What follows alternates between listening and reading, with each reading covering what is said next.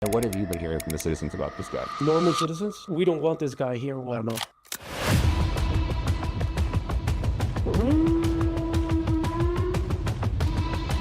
250,000 children have been trafficked from this country. One of the documents in which it was stated how the electoral fraud was managed last year, I presented it to the Supreme Court, and sadly, till this day, that document hasn't been reviewed yet. Because we have this elite network, and as crazy as it's going to sound, of pedophiles that are trying to normalize sex with a child. You take a parent's right away from telling a child what they can do at 12, 13. Yeah. Inherently, if a child can chop his dick off, then a child can choose to have sex with an adult at 11. And that's the normalization of it. They're basically grooming your children. Yeah. When they kidnap a child for the first time, and if they want that child to play along, they don't have to forcibly rape the child at first. What they do is they'll put a bunch of games and toys in the playroom, and they'll go put porn.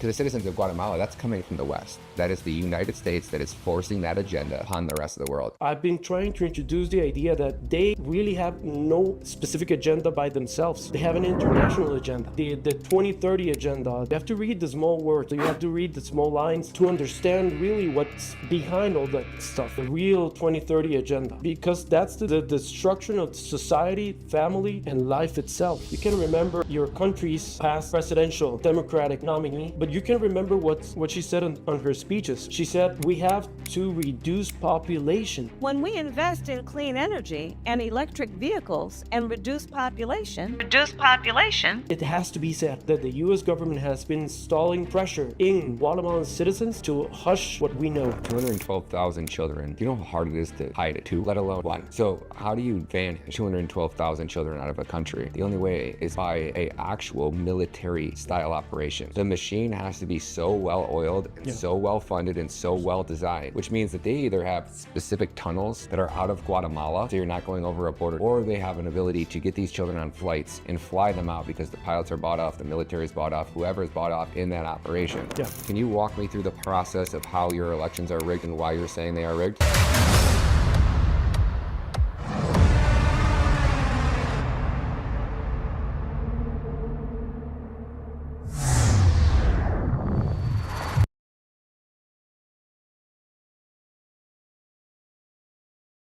What is up?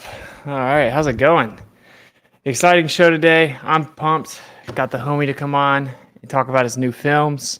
He's been crushing it. If you don't know who he is, Ryan Matta is a legend. Definitely check him out on X. And let me make sure I get his username correct. It is at Ryan Matta Media. Okay, go show him some love. Link in the description, and let's go ahead and bring him on. What's going on, brother? Yo, Witsit, what up, brother, man? I want to get my Chilling. beard looking like yours, man. I was watching over there. I was jealous, man. You got a nice beard there. Thank you. I thought about shaving it completely off. I did. I almost went. I was going to interview this girl down in Texas. You know Lily Gaddis? Oh She's yeah. the girl, just Oh, yeah. drops like the N-word and crazy stuff. I Yeah, thought the about blonde chick. I was interviewing about Israel, so I thought about just shaving like the Hitler stash and showing up with nothing but like the Hitler mustache for that interview. I almost did. That's funny. Yeah, that's funny. Yeah, she's funny, man. No, I'm still thinking about it. Just straight up the whole thing off, and just try it out. But anyway, man, you've been busy, bro. Tell us what's been going on. Man, crazy, dude. I got 3 documentaries that are going to be coming out over the next 6 months. One's going to be coming out in a couple weeks. It's called Regime Change. It was the thumbnail that you held up there.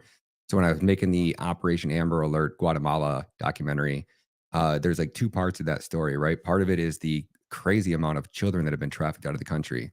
And then the other part is our government's involvement in rigging their election. And then people like Anthony Blinken jumping on a flight and flying down to Guatemala and holding a press conference demanding that the president that we installed, the corrupt, illegitimate president, where we just rigged their election. We know what USAID has been doing. They just did it in Guatemala.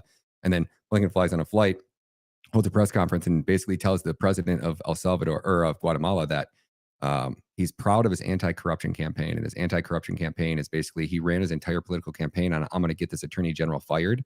So as soon as he got into office, he's basically been working to get this attorney general fired. Well, she's the only one who can investigate the election fraud or investigate the child trafficking. So that being said, then after that, he goes on to say how much billions of dollars are going to come into Guatemala because there's so much the investment opportunities here that there's going to be tons of money coming into Guatemala. But if the president doesn't fix this corruption problem, the money's probably not coming in. So basically, you get rid of this attorney general who's investigating the child trafficking. who's investigating the rigged elections, and well, billions are coming into Guatemala. So we're full blown revolution or regime change in Guatemala that's taking place. The election was rigged, and it's not me like in America where judges were dismissing cases and all this crazy stuff. We didn't have access to the voting records. In Guatemala, it's same day, in person, paper ballots. And the best part about the paper ballots, what we're missing here in America, is the handwritten paper ballots. You should be actually physically writing your name on the ballot. You should be physically signing the ballot.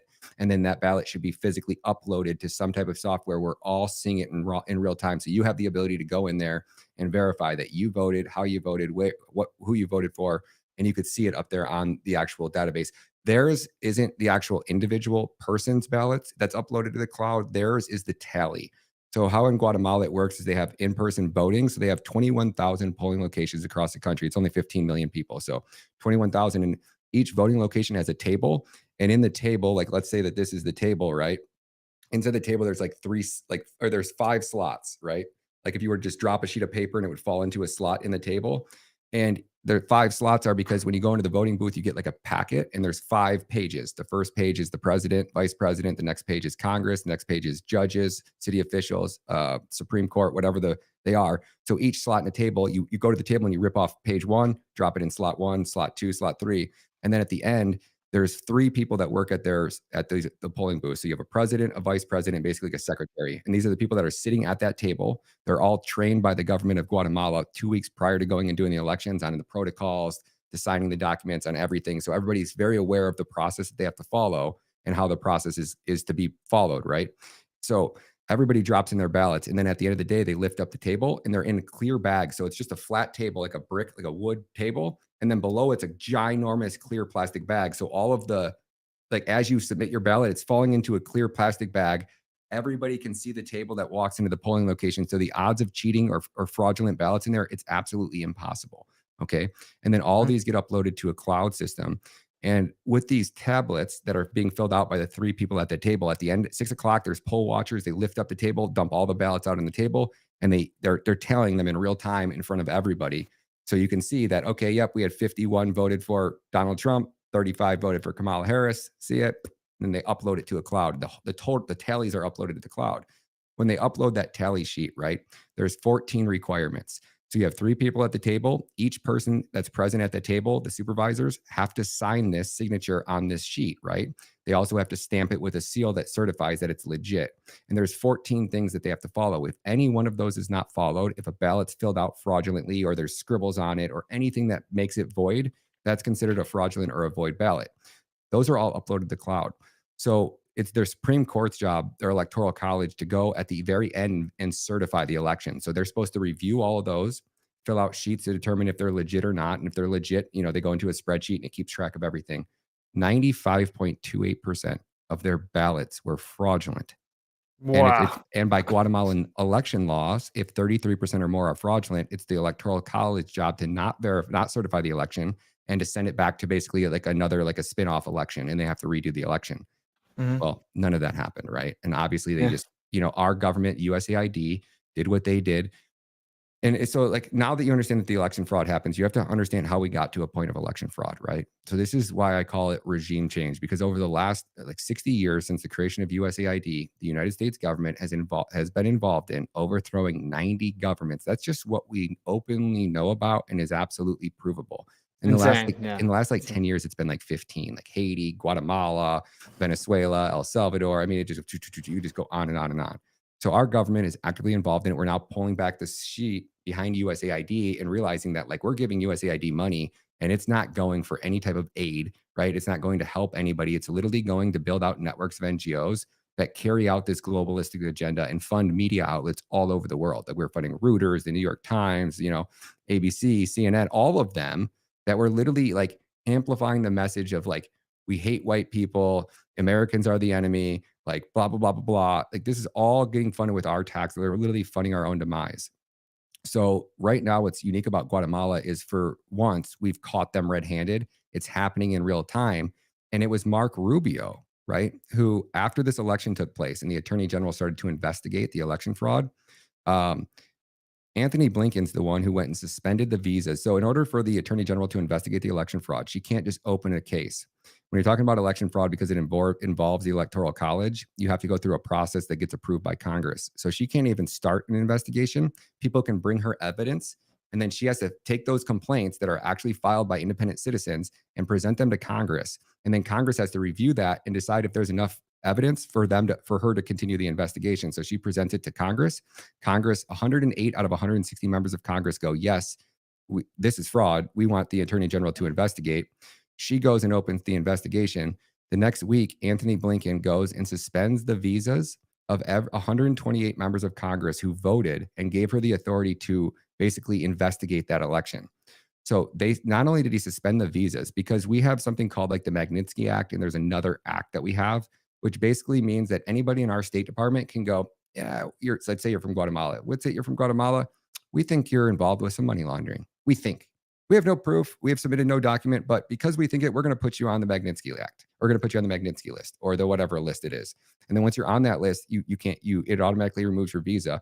And then it gives the United States government the authority to go and freeze your bank accounts in the United States. So then he went a step further and he went after 400 of their friends, family members, and relatives and suspended all their visas and froze all their bank accounts in America. So our government, with no proof, no evidence, just went after members of the Guatemalan government who've been allied to the United States for 20 plus years. They basically kissed our ass and bent over sideways and bent over backwards and allowed their citizens to be extorted at the benefit of the United States. And out of nowhere, because they wanted to investigate the fraud that took place in their election, our government is freezing their assets. And you got to think, these people, when you live in a third world country, your currency is getting devalued at a rate that's probably 2 to 3 times faster, like 100% or 200% faster than the American dollar. So when you're a congressman in this other country and understand how money works, you're highly incentivized to most likely keep most of your wealth in an American bank account. They're FDIC insured, they're fully backed up, they're supposed to be anyways, right? Like all these privileges that like third world countries, their banks don't have this type of backing and this type of funding. So imagine most of their wealth was probably in American bank accounts. And once people see that and they understand that our government's capable of doing that, it basically like puts everybody else in check who might even think about doing something like this. Right. And then you have Mark Rubio, who, while this election was basically happening, the election happened, basically the polls at like 9 o'clock, they stopped counting. They closed the polls at 6. And by 9 o'clock, they were uploading votes, right? And then all of a sudden at 9 o'clock, the entire system goes dark. Nobody can get online. Nobody can find it. It comes back online. And at the next morning at 8 a.m. And by 9 a.m., like all million votes or whatever, 15 million votes were basically uploaded to the system. And all of a sudden, this president, this guy that nobody ever heard of, wins the election. Then you hear the same rhetoric that we've heard every time, which is peaceful transition of power. Anytime you hear any administration talking about peaceful transition of power, that is code for we rigged this election, right? You didn't hear it under Trump, but you heard it under Biden. When Trump was leaving office, it's all we heard. There were celebrities, Robert De Niro, Hillary Clinton, making the peaceful transition of powers. Then we had Obama, Bush, and Clinton in like this coliseum talking about how our democracy only thrives on the peaceful transition of power. And that was to basically put pressure on Trump that if he didn't hand over the United States, that he would be basically charged with treason and overthrowing a government and sedition. So they amplify that peaceful transition of power, and they did the same thing. And that's when Mark Rubio organizes like 9 congressmen and women to write a letter on behalf of the United States government, our government body, to the attorney general, warning her, basically threatening her that she needs to stop interfering with a peaceful transition of power, right? And that's like hanging over her head. And basically, instead of allowing her to go in and make the arrests that were needed, they basically pressured her into doing nothing or not taking action. And then the peaceful transition of power took place. And now we have a rigged, illegitimate president that's in Guatemala. And there's 190,000 children have been kidnapped and trafficked out of Guatemala in the last 4 years and arrived at our border. And this isn't my opinion. These are the numbers that our government has documented and the data that they have placed on government websites in America that showcases exactly how many children have came from Guatemala, their ages, their sex, exactly how many, the percentage. We've dated it all the way back to like 2016. And the craziest part about this story is every single year, about 40% of the children that are coming from all around the world, 180 nations, 40% come from Guatemala. So to put that into context, Guatemala has a population size of 15 million. Their child population size is about 7. That's kids under 17. That means we've kidnapped about 3% of their child population, somehow magically arrived at our border, children ages 0 to 17 without a parent from Guatemala. It's mathematically impossible. Witsit, mathematically, absolutely impossible to move that many bodies. Think about Hillary Clinton and Laura Silsby when the whole Haiti fiasco was going down and she got busted Yeah. trying to smuggle 35 children out of Haiti in a war zone or in a natural disaster like war zone into a country of the Dominican Republic where she was supposed to be taking them for like, forget what she said. It was some type of like retreat center to save rescued kids or some shit like that. She got caught twice and arrested and sent to jail, and they got her out of jail. And now she's the chick working like that ran and launched like the Amber Alert system in America. So like the child trafficking hotlines are literally ran by like Clinton staffers. And this is the America we live in, which is now the child trafficking capital of the world. Wow. Yeah, that's wild. I mean, I guess for the people that don't know. So, I mean, so basically, the US government is trafficking tons of children. They use NGOs. And if you check out our previous episode, check out his films. If you haven't seen them, very good. And you're saying basically they have this system set up in Guatemala. Guatemala is a huge percentage of the children that are being trafficked to the US from around the world. And that basically we just helped rig an election and stopped any investigation of it. Basically, so U.S. government officials pressured people to not investigate it, put their person in, kind of did the whole, cut off the counting and then pop up in the morning, here's your winner. And America is directly involved with the trafficking of these Guatemalan children. Yeah, so the Guatemalan Attorney General raided the foundation Save the Children. Now prior to raiding it, she wrote letters to Ken Paxton, Comer, the Oversight Committee, Chris Wray, Merrick Garland, and 2 or 3 other senators I can't think of and politicians. One of the guys of the Security Commission, I don't know, I forget his name. But for months prior to this, she was trying to get in contact with our government saying, hey, we have actionable intel that these NGOs, that there's a network of NGOs in Texas that have been accused of trafficking children. We have all the evidence, and it points to that not only are these children being trafficked out of Guatemala, but they're doing it so through this network of NGOs. And we know that these NGOs are also operating in Texas. So you've Save the Children in Guatemala, Save the Children Houston, whatever, Texas, that they're being trafficked out of Guatemala into this network in America. And these NGOs are, and she said the crazy part is these NGOs are supposed to act like a family, and they're supposed to be like, protecting these children, and that our children are getting raped and assaulted inside these facilities. And she goes, the craziest part is that Texas is well aware of this. These children are being processed migratorily at the border and placed into these environments where they know that children are getting raped and assaulted. And then it goes on to say that the craziest part is it's being funded with the American taxpayer dollar. And then 2 weeks went by, no answer. So she raids these 5 NGOs and finds the rock solid proof that they were absolutely 100% trafficking children out of Guatemala into America. And Ken Paxton, as of the last time I was in Guatemala a month and a half ago, had still not responded. So she basically tees up Ken Paxton with the holy grail of opportunities. You're the Attorney General of a state that is the #1 child trafficking state in the country of America. And you have the ability to raid. Now you have the evidence and the proof and everything you need to get warrants and go take out this entire network of NGOs that are trafficking children. And he sits on that, and our government lets him sit on that. Now this man's running for fucking Senate or Congress. What reality does this guy not being brought up on charges for ignoring something like that? I mean, Right. So let me put this into perspective for your audience so you can really fucking understand what I'm saying here. Our government took over the most 2 dangerous legs of the journey for the cartels, right? When you're talking about child trafficking, there's 2 really dangerous parts: bringing the merchandise across the border and delivering that merchandise to a buyer in America. Now all the cartel members do is they brand the child with a phone number, a name, and on a t-shirt. They ship him across the border. He ends up in Border Patrol's custody. They send him over to HHS. HHS does a half-ass job of vetting a sponsor, and a sponsor is an undocumented illegal immigrant. And the cartel member wrote the sponsor's name and the buyer's information on their fucking arm in permanent marker. And our government lightly vets, delivers the children to this man. And they're never coming to look for that child. So that means that our government has delivered children into a pedophile network. And they call it the child trafficking pipeline. So once a child in a normal environment is trafficked across our border by a cartel member and then delivered to a buyer in America, there's less than a 1% chance that you're ever going to see that child alive again. And immediately, the second that he gets delivered, you can start his expiration date or her expiration date, meaning in 24 to 36 months, that child's going to be raped to death because their poor little bodies cannot sustain the abuse that they are put through day in and day out. We're talking about a 5-year-old girl who was chained in a man's basement for 2 years, and she was savagely raped every night by 7 to 10 guys that guy let come into his house every day and rape her. And then at night, when he threw her plate of food on the floor, he would go and rape her. Then after he was done, he'd put a cigarette butt out in her arm every night. So, and then when the cops arrested him and asked why, he said, well, if you guys ever bust me or if she ever escaped, I wanted her to make sure that every time she looked down at her arm, she was reminded of how I savagely raped her.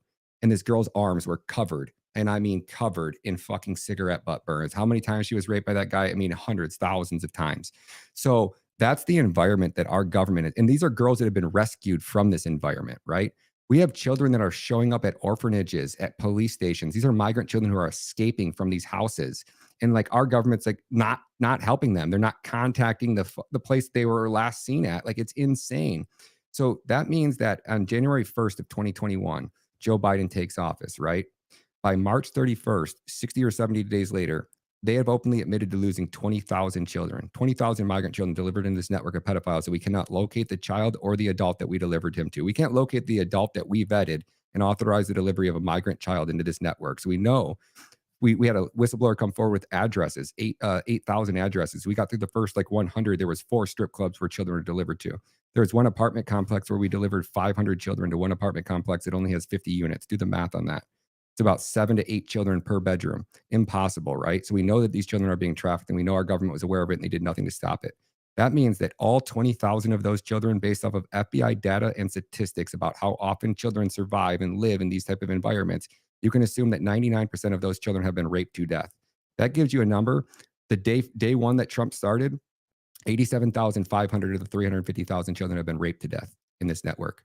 And what does that mean? That means we're 90 days on April 20th. In 4 days, we're 90 days into this administration. And because of their fucking failure to act, and they want to play politics, and RFK's top priority is fucking anti-Semitism, 21,575 additional children have been raped to death because of this administration's failed act. Those are new children that could have been saved and did not get saved and got raped to death because they expired.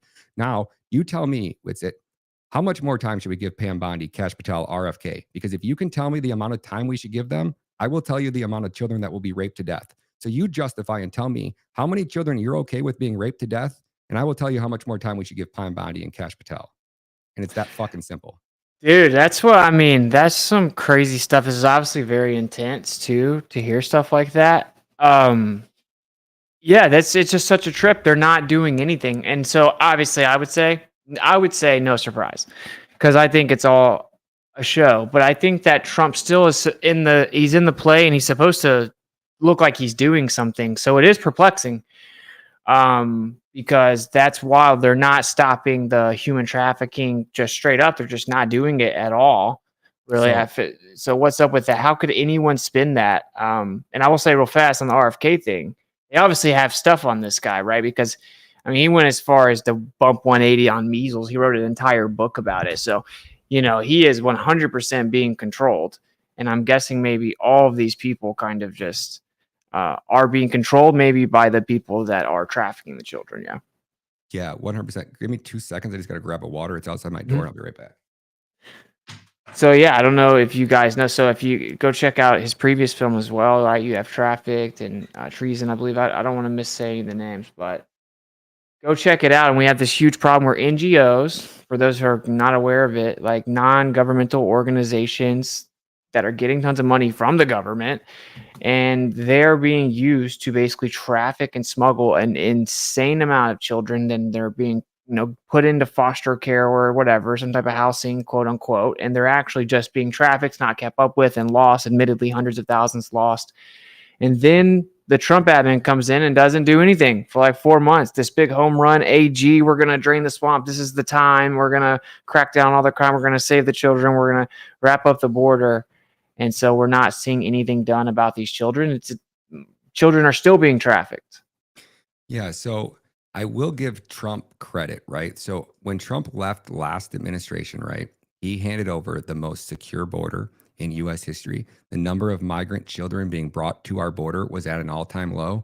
And every single child that was brought across that border at the end of its administration was DNA tested before they were released to a parent or a relative, right? So it literally almost annihilated child trafficking.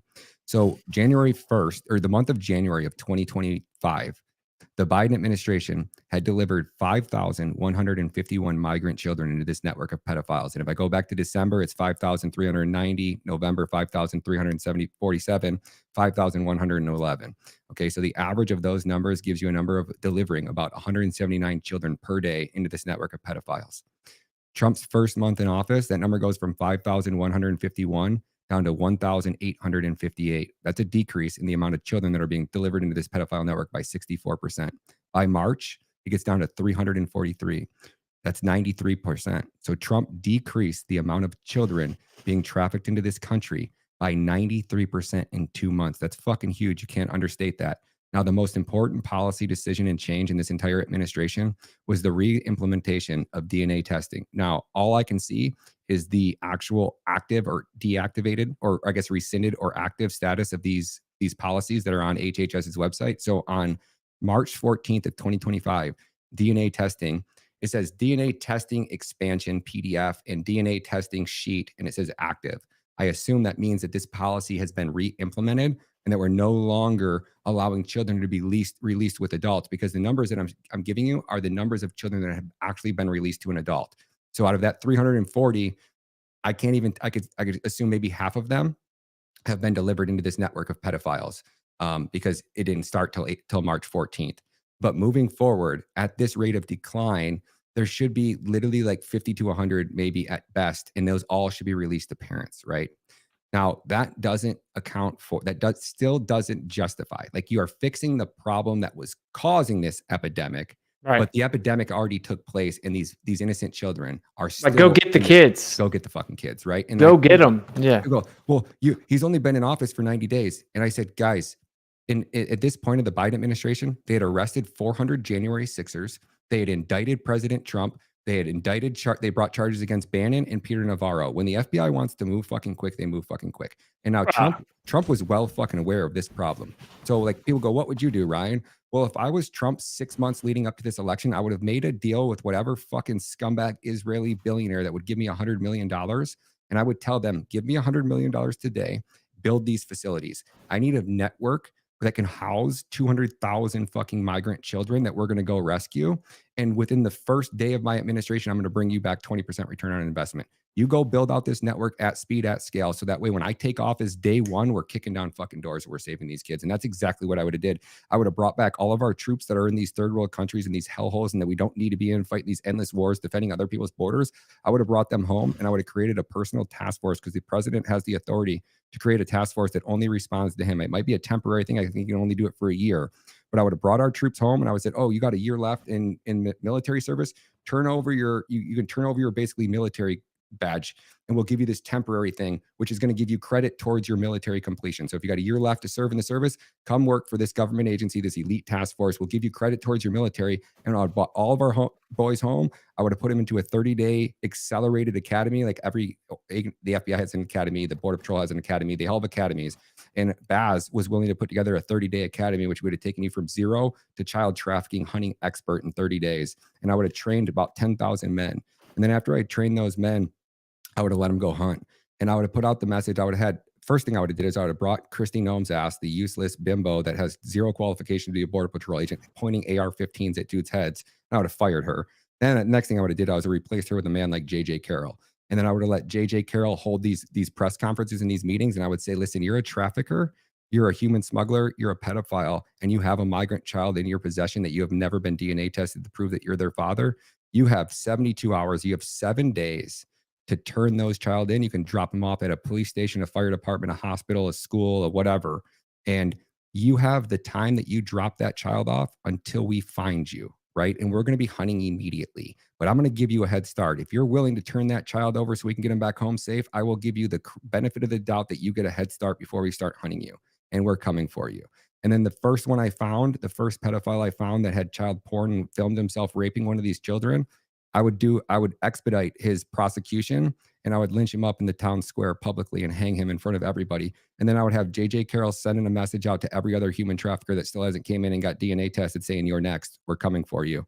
You have one opportunity to leave this country and flee, and then you're definitely not getting out with the child. So we might as well turn the child over, because if we find you, it's going to be a lot worse. And I would hunt these I would have every single one of these scumbags begging to turn these children over. And I bet you in 60 days, maybe 6 months, I would have rescued every single one of these child that was still alive, or about 95% of them. I would have brought all of them home.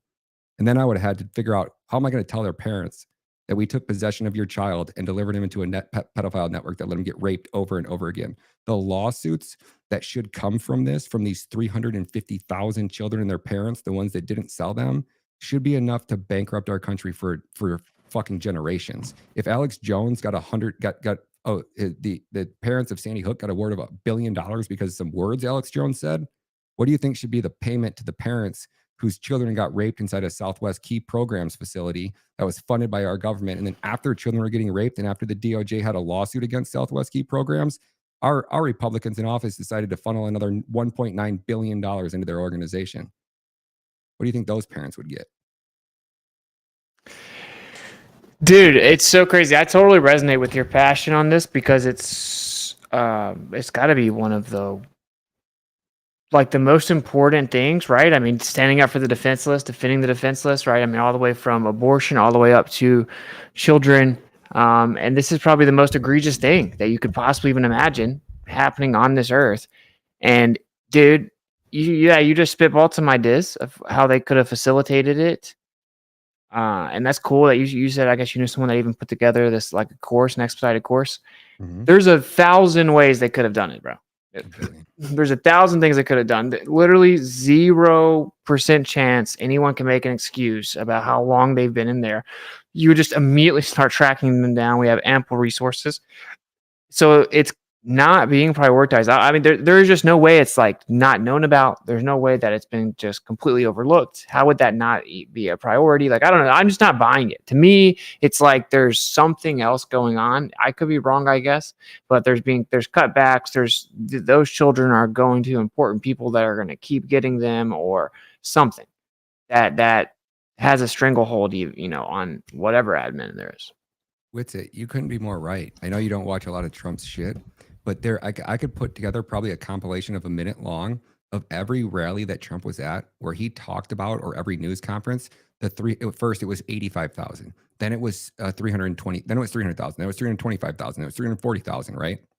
All different amounts, constantly going up, and Trump going, the sad part is most of them are dead. Most of them are dead, because he fully understands the network that they're being delivered into and exactly how long those poor little children last.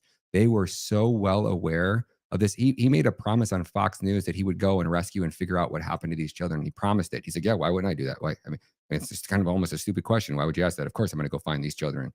Okay, bro. Like, when?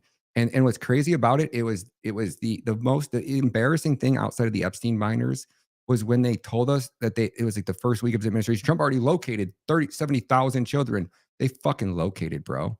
They didn't rescue. They didn't go get hands on. That was them saying that, hey, we think we know where 70,000 children are. Congratulations. The NGOs hold like fucking the NGOs and the fucking welfare, whatever, what do you call those places where you send kids to?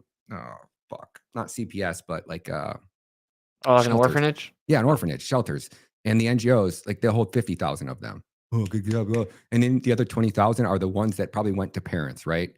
So they had eyes, they located, they didn't rescue a gosh damn child. I never seen, you can imagine if Trump rescued 70,000 children, it'd be on news every day, all the children, the reunifications with the parents, CNN and 60 Minutes talking to the mom about how her child's a hero for surviving this environment. Like, it would be the biggest PR stunt ever. And you haven't heard a gosh damn word about it. And I'm sure I'm getting loud, man. I just got on Owen's show yesterday and basically went on the same rant where he put up my, if you're put up that graphic really quick so I can show your audience here what I'm actually talking about. So on the far left is the 452,121. Next to that's 350,000. On January 1st would be day 1, 2021. The next number you see is 1,460. That's how many days are in a year. So if you take the 1,460 days and you divide that by the amount of missing children that we lost over that period, you get a number of 240. And you see 240 there right next to 1,460. Yep.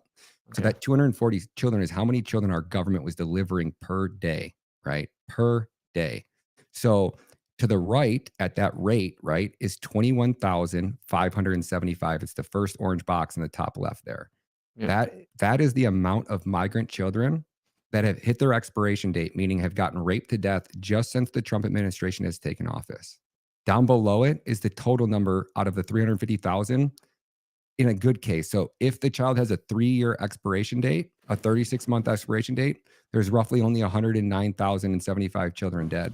If they have a 2-year expiration date, 196,575 are dead. You're saying expiration date as in just how long it takes, like before they actually pass. Yeah, based die. off of FBI data and statistics, right? An FBI based off of how often children are kidnapped and how often they are killed with a trafficker, you can assume that their life expectancy goes down to 36 months. Less than a 1% chance they're ever going to be seen alive again. Think about that. Like how often do you hear of kids getting kidnapped and how often do you hear them being rescued? It's almost never. Because once This they is are dark. vanished into this network, there is less than a 1% chance that they're ever coming back home alive again, because the people that are buying them aren't buying them with the intention of ever returning them or ever letting them escape, because if they do, they go to fucking prison. So they, like, imagine that, like, you've been raping a child, that child's never getting out of your custody because you go into prison. They're going to rat you out. Like, you're done.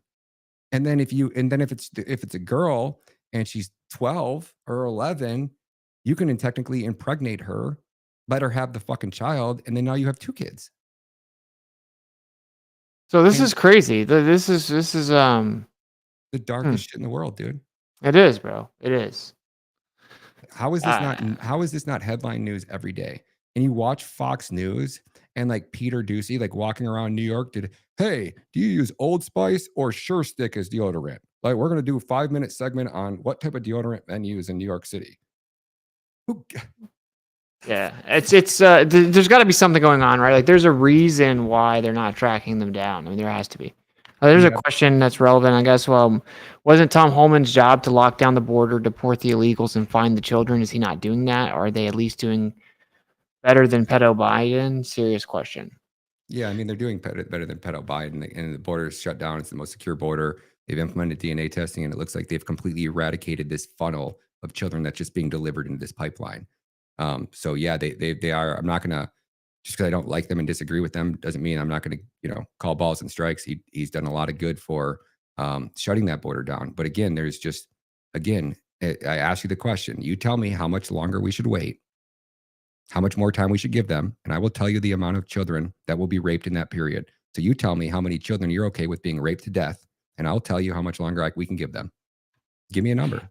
And like, I've seen this a few times. People were saying, like, where's the proof? He's just saying that, it's not happening because none of this is real. Do you want to kind of explain how the documentation, like exactly the documentation and verification of this, and how a lot of these numbers are actually openly admitted by the government themselves?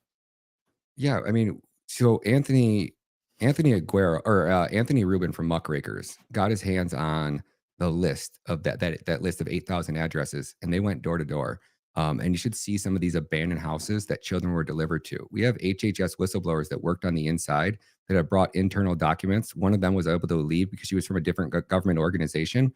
So she went into that, like they make a job posting, like a temporary job assignment, where you can take a job and you go to DC. And when you come back from that, because they're all GS pay scales, they basically get topped out in pay scale, and they get to choose whatever branch or organization or state that they want to go work in within our government.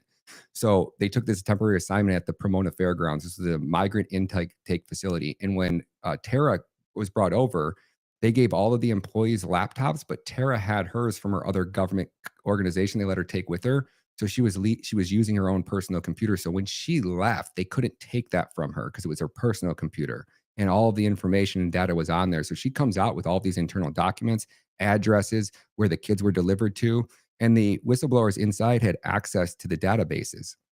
So one day, Deborah was the girl who was in charge of making the policies and kind of setting up the structure and how the shelter was going to run, because it was just chaos. And she's like, we can't have chaos.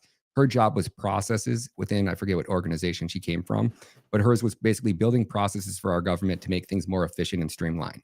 So we're taking these kids in, we don't know how to move them, the sponsors. So she started kind of being like the mom of all the case coordinators. So whenever they had a question, they would go to Deborah. So Deborah started working with different people inside this HHS facility, which then gave her access to 3 different databases because they have it decompartmentalized. So each person doesn't really even know they're trafficking a children because you'd have to have access to all the databases. So one of the girls asked for questions. She's like, I'm thinking this kid's being trafficked. Can you look into this? And then Deborah started to dig into these databases and realized she could cross-reference. And when they started cross-referencing, that's when they realized that our government had delivered at the time, I think it was like 179 children to one apartment complex. Apartment complex only has 50 units, right? So how do you deliver that many children? And they basically brought it up to their supervisors. And before she got finished doing the investigation, one of the other girls went to a supervisor and was like, we found this. So all the supervisors are like, what do you mean you found trafficking? How did you find trafficking? And they brought her in, did a presentation, showed them how that she did it. And they gave her the, oh my gosh, good job, that a girl. Next day they come in and they had stripped those privileges away from all of the case managers. So they no longer actually had the ability to cross-reference databases to find out if children were being trafficked or not, right? We've delivered, we've witnessed, we've rescued children. We've had congressional testimonies. You don't have to believe my word for it. Go look at the reports from the New York Times. The New York Times, of all places, was the one that was reporting on these conditions. I mean, they were a 14-year-old boy, one of our migrants that our government put into this network, ends up at a Tyson plant. And the Tyson plants use what are called staffing companies. So Tyson Chicken hires a staffing company. The staffing company goes and recruits migrant children. They staff the Tyson facilities with them. And a 14-year-old got his arm ripped off in a freaking meat grinder at a chicken factory. And this is, you just search migrant child Tyson chicken plant and you'll probably find it if it's not too buried. But it's in my documentary. All of this is in my documentary. I put out 3 films on this. I've interviewed every single whistleblower that has anything to do with this. Every single one of them. Every single FBI whistleblower. Everybody. I've been to the border. I can't even tell you how many times I've put 3 documentaries out on this. I'll take you if you don't believe it. I can take you to one of these facilities right now and you can see them moving the children around. How about this?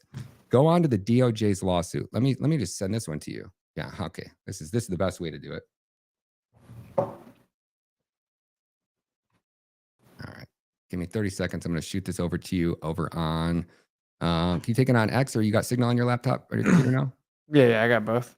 All right, give me 1 second. You can pull up this lawsuit. We're going to go to page 10 when you get it. And this lawsuit is a lawsuit with DOJ and Southwest Key Programs. So I just sent it to you. Okay. So basically, Southwest Key Programs is the NGO where the children are waiting while HHS coordinates the delivery with the sponsor. So once HHS lines up the sponsor and vets the so-called sponsor, they call up the NGO and they say, hey, Johnny's ready to go. Send Johnny to this address or this airport at this time. Great. Here's the contact of the sponsor that's picking him up. So let me know when you get this up on screen. Oh, there you go, my man. Perfect. Okay. So this is the lawsuit of the DOJ, the United States government, versus Southwest Key Programs, Inc., right? You see it right there at the top. Now, if you scroll down to page 10. By the way, you can also always share if you ever need to. Oh, cool. I didn't know that. Okay. So I'm actually going to start on page 9. So this is sexual abuse. We'll look at the first headline: sexual abuse and harassment at Southwest Key Programs. Southwest Key has engaged in a pattern of practices of severe and pervasive sexual harassment of children in its care. From 2015, continuing through at least 2023, Southwest received complaints concerning the sexual abuse and harassment of children at a majority. Listen, our government saying that at a majority of these facilities, sexual abuse was happening to children.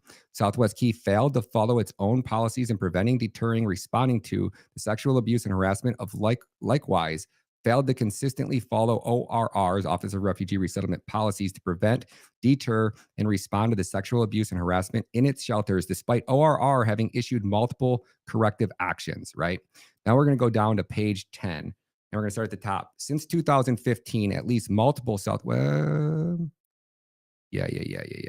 Okay. We're going to say, so since at least 2015, multiple Southwest Key employees, including a supervisory and non-supervisory employees, have been subjected children living at Southwest Key shelter care and homes to severe, pervasive, and unwelcome sexual abuse and harassment, including documented by Southwest Key reports. This conduct includes, but not limited to, employees perpetrating sexual assault and rape of children, including sexual contact in the manner of genital to genital and oral to genital contact, employees intentionally touching either directly or through the clothing, the genital anus, groin, breast, inner thighs, and buttocks of the children, employees soliciting, requesting, coercing, and inducing the above described acts with children, employees soliciting, requesting, or coercing, including nude or sexually explicit photos of children, employees making repeated unwanted sexual, you get on, it goes on and on. Okay, so now we're going to go down to the bottom.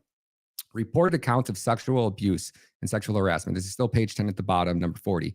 Southwest Key own document reports numerous examples of sexual abuse and harassment of children by its employees. For example, one Southwest Key reports describes a youth care worker who in 2022 reportedly sexually abused a 5-year-old girl, an 8-year-old girl, and an 11-year-old girl at Casa Franklin in El Paso, Texas.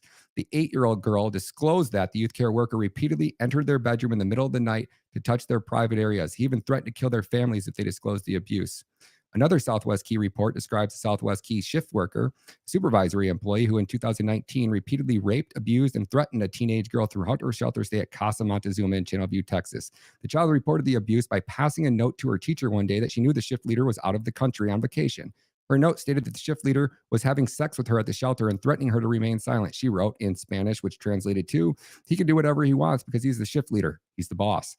She reported that she believed other Southwest Key employees were covering and protecting that shift leader because they, among other things, would regularly switch shift in assignments so that she could be raped by the staff member. Staff members also commented about the number of times the shift leader spent with the child. Further on, the report went and said that he also solicited nude photos and demanded videos of her touching herself. He made her perform oral sex on him, and he threatened that if she was to report the abuse, she'd be hospitalized, right? We go down to 43, which is the next page. Numerous Southwest Key reports detail a Southwest Key youth care worker who in 2020 absconded with a 15-year-old boy from Casa Cocopelli in Arizona. The Southwest Key youth care worker took the boy to a hotel room for several days where the youth care worker paid him for sex acts. The youth care worker was indicted in Maricopa County's Supreme Court with multiple felony counts of sexual conduct with a minor and pled guilty in March of 2022 to a felony attempted sexual conduct. Like he didn't sexually assault and fucking rape that child. Additionally, Southwest Key documents detail a youth care worker who sexually touched boys during transportation. I could go on and on. I'd be here for fucking 30 minutes just to finish that gosh damn report. So anybody that dares question our research, dude, it's in the fucking DOJ's lawsuit against these companies. Get your head out of your ass. It's fucking happening, and it's happening right in front of your face and most likely in your town. If you can tell me your county that you live in, I can tell you how many children were trafficked there in the last 4 years. You're on mute. That's crazy. Yeah, that is wild. This stuff is so dark. What county do you live in? Oh, you right? Oh, yeah. I don't want to dox yourself. So let's just say I'm in Detroit, right? Which is Wayne County. Let's see. Give me a major city in Texas. Let's just use where? I was just say Tampa. Tampa? Okay, I can do Tampa, Florida. Let's do that. Hillsborough County. What's it called? Hillsborough County. Hillsborough. 140 just in this fiscal year. 140 of the most vulnerable children last year, 689. The year before that, 839. Year before that, 939. Year before that, 698. Trump's last year in office, 118. It's insane, dude. You go down to Harrison County in Texas, which is everyone that lives in Harrison County or around Harrison County should be fucking up in arms. Just this year already, fiscal year 2025, 1,100. Year before that, 4,143. Year before that, 6,032. Year before that, 8,238. Year before that, 7,033. Year before that, 1,096. These are government numbers, folks. I'm not pulling these out of my ass. This is undisputable. I mean, just go on to HHS's website, search in UACs, and look for the facts and data sheet. And then on the left of the facts and data sheet, there's like 10 other tabs, and it has all of this information that I'm reading off to you guys.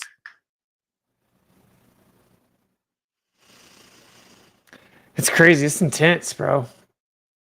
It's intense and how obvious it is. And then when you realize that under Nancy Pelosi, the NGOs that were carrying out these operations, Southwest Keys specifically, only received $1.1 billion in funding. And what that means is that you can assume that even dumb Nancy probably was oblivious to what was actually going on for the first year of the Biden administration. We heard children were getting lost. We didn't have the New York Times report. We didn't have all the whistleblowers. We had no indication that these, outside of the employees that were kind of saying some things inside these, we still had really no clue. It wasn't until 2022, until end of 2022, that things really started to get crazy, right? And so what that means is by the time Speaker Johnson and McCarthy took that gavel in January 20th, I think it was like the first week of January, they had the Senate oversight hearing committees where they brought in all these whistleblowers and testified in front of Congress, all the evidence, all the documents, all of it. And there was 170 or 117, maybe it was 170, 117 members of Congress that sat on, the oversight committee, the House, this committee. The committees have 50 people or 38 people on each one. Well, there was 3 different committees that did 3 different investigations into this. So the total of like 118 members of our government sat on these committees and had direct eyes on hearing whistleblowers, fully understanding, well aware of this. And the Republicans increased funding by 33 to 91% to every one of these NGOs after being well aware and fully in the know of what these NGOs were doing to these children. So when people see Speaker Mike Johnson at UFC, it just blows my mind that when the cameras go on that dude, it just doesn't boo, bro. Like, the only way that we get this message through to Trump is to really, literally, honestly humiliate him. He hates nothing more than being humiliated in front of everybody. So when he's patting Mike Johnson on the back and then he shows up at UFC and everybody's cheering for fucking Mike Johnson, you guys are cheering for the dude that has sent 21,575 children to be raped to death, or 109,000 children over the last 4 years to be raped to death, and funded the NGOs that were doing it, and then turned a blind eye, and then took away every opportunity that we had to go and rescue and save these children. These dudes should be fucking booed off the face of the earth. They should be asked questions. Every time you see them, you should be asking them about fucking Israel and the missing children. That's the only way. If Mike Johnson stood up and got booed at UFC, or if Trump walked into UFC and everybody started booing because he was like with Mike Johnson, how long do you think Mike Johnson would be around that man? Not very fucking long. All of them. He needs to investigate every fucking one of them. And unless they do, none of this is changing. So what does that mean? That means get your fucking wealth out of this country as fast as possible. Get your wealth into Bitcoin. Be light on your feet. Be willing to just come to terms with the fact that, like, the America we thought we once loved and we're fighting for might not be the America we're going to live in a year from now, 2 years from now. Like, you can't allow your government to be aligned to a foreign entity that hates us. It would be different if it was like Russia and like we were going back and forth and there was a fair trade on oil and we were getting cheap oil and they were giving us cheap this and we had this fucking mutual agreement and we're looking out for Russia because Russia's helping our economy and they're benefiting us. We have this parasite that is Israel that is literally sucking the fucking life out of our country. Belzerian did a breakdown on it, and his saying his numbers are like, if you count the amount of money, weapons, and all the bullshit we've done for Israel over the last 20 or over the last 50 years, or since the creation, like 42 or whatever, he estimates that we've given them 10 to 20 trillion dollars. So you could literally go 1/3 or 2/3 of our entire national debt of $36 trillion is because of this fucking organization, this parasite called Israel.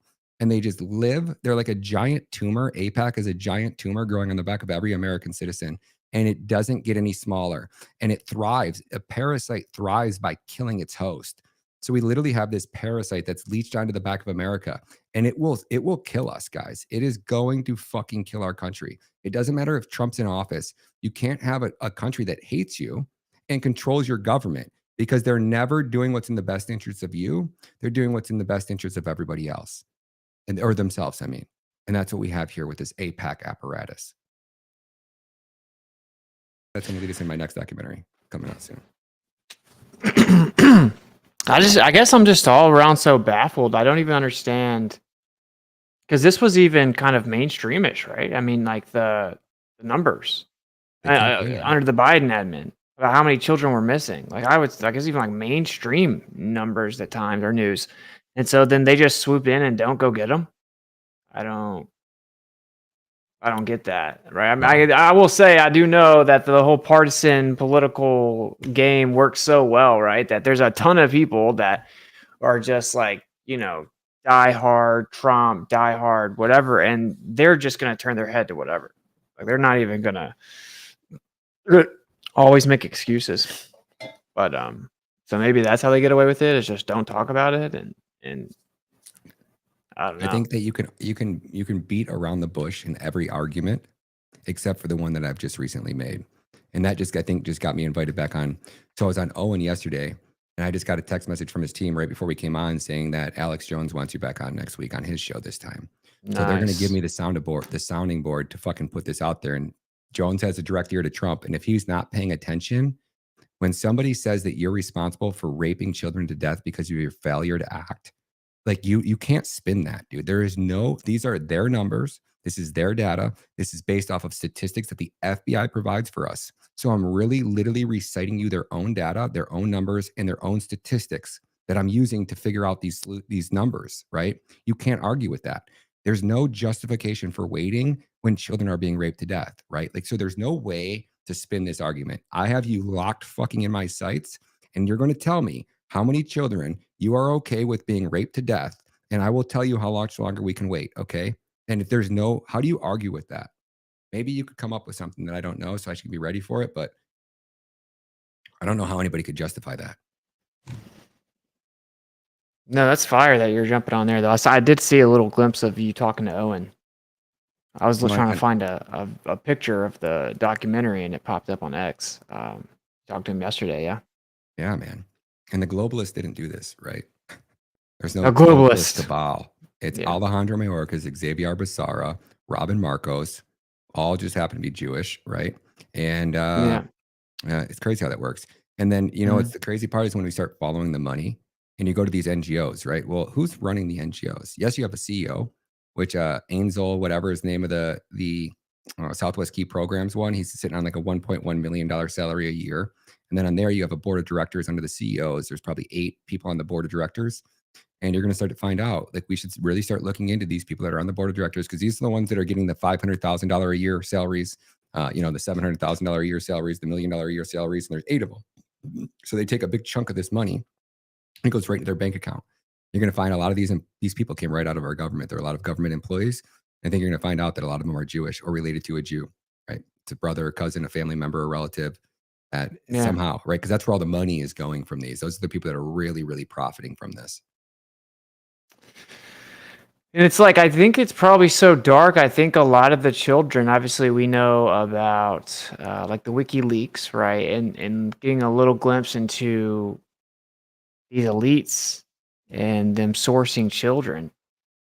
And so, I mean, is that where some of these children are going? And that's why you're never going to get a solution. That's why you're never really going to see it crack down, or they're not going to all be found, because where do you find them all? Like, is that why they're not?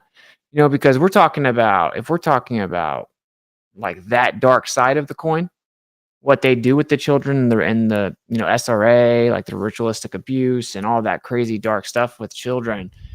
I mean, you're talking about some very powerful people at that point. I mean, people that are all around the White House admin right now. I mean, they're just infiltrated every single aspect of the country. So I mean, I would just say that my prediction would have been that it won't really happen. And I'm just going to say, my opinion too is like, even with the border, it's like, yeah, they may have changed some things, right? But they were supposed to do the biggest deportation campaign ever. And they just pivoted, and it was just all about anti-Semitism. You know, that they pivoted and focused on anti-Semitism, even with rounding up illegal immigrants. Bro, Tom Homan was bragging on fucking TV. Oh, you got a family? We'll deport them all. Dude, they just built another 2,000 person male migrant center in the fucking Bronx that just opened this week. Wow, bro. 2,000 person. Tom Homan, why aren't you showing up there with a fucking bus? Mayor Adams, we'll fucking arrest them all. Kathy Hochul, she can go to jail too. All right, big man. They all finessed us, bro. I mean, every single position. And loved Tom Homan. Like, when he was up there on those speeches, I was like, finally, we got one fucking bulldog that's just going to go in there, kick ass, fucking deport migrants, arrest cartel members, and fucking bring home these children. I was like, I would have bet so much fucking money that Tom Homan would have went and rescued these children.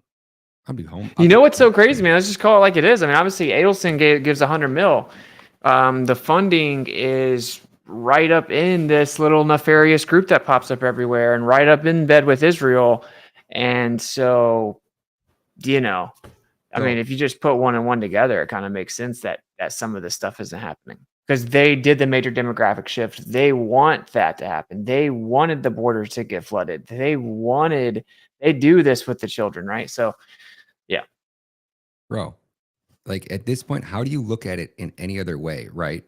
We're going, okay, you start like it's like every time there's an investigation and when it leads to that there's Jewish people involved at the top upper echelons that are really well connected, the investigations just end.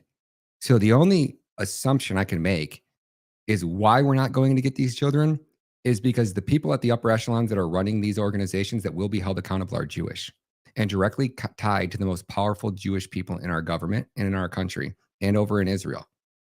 And if they've created this pipeline and there is this ending flow of children and they are able to smuggle them into an elite network of pedophiles, then you also take it into that context. But like, it's hard for me to say because like after I've been like, so I just got back from Malaysia and Thailand and Australia where I infiltrated these trafficking networks over in Malaysia and started to understand how they're trafficking the girls and taking their passports and basically bringing them out of these third world countries and taking them into like Malaysia where they hold their passport and they put the girls out to work on the street.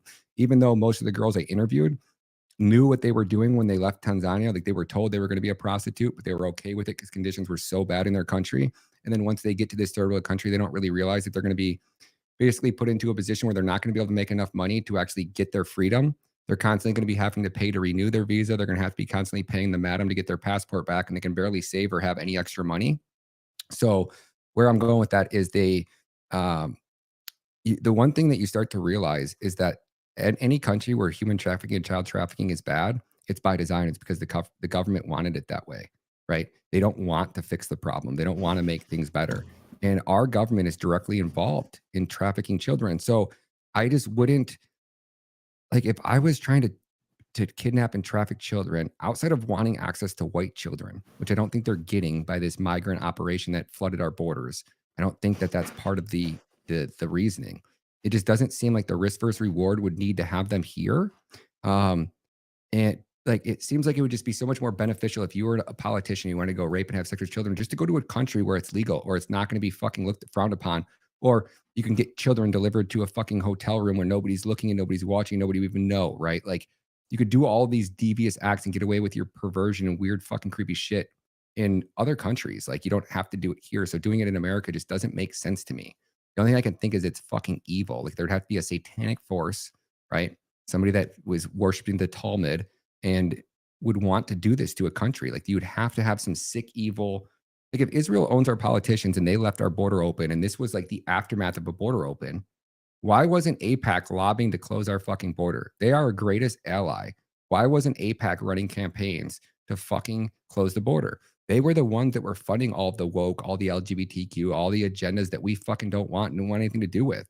And it was all them, dude. And we're supposed to say like they're our allies. Like what is one thing that Israel's ever done for us that you can look back in history and go, gosh damn, good thing Israel had our fucking back. Nothing at all. That's why they just default to the whole, it's in the Bible, and which is obviously not even true. And then they also just default to it's democracy in the Middle East. All Israel does, let's be real, Israel looks at us as like a useful, idiot, powerful company that they run and control and subvert. That's all there is to it. Israel is an enemy. They don't consider us an ally. Like they consider us like an employee, but it's not like they're not like, what can we do to help out the U.S. But you know that's actually way more known now than ever. Like Israel is the least popular it's been with Americans ever. Like even in the Republican, quote unquote, Republican realm, right? There's no one going back at this point, brother. I think that's why they're rolling out the anti-Semitic speech laws. They talked about yesterday. It's the last bit of hope that they have, but it's not going to be enough because people are seeing right through it, right? That's going to make it worse. Oh yeah, it's going to make it exponentially worse, right? Because then we're going to go to Nostr, right? It won't be long before we're on Nostr, and all of us are on Nostr, right? And Nostr, for your audience that doesn't know, remember Napster and like torrent websites where like you basically had a physical copy of Napster on your computer. So as soon as your computer would connect online, people could download from you and the software was uploaded and everybody could download Napster basically from your computer because your computer had a copy of everybody's everything on it. So when you went offline, you took that shit with you, but there's always somebody online that has the full database that you can get to, right? So they're doing it now where you basically you run a node, and on your node, you can store your social media profile. Now, when people subscribe, they're subscribing to your actual profile. Now, to access your profile, there's third-party companies that have turned this Napster interface into looks like just like Twitter. So you're getting on an app that looks just like Twitter.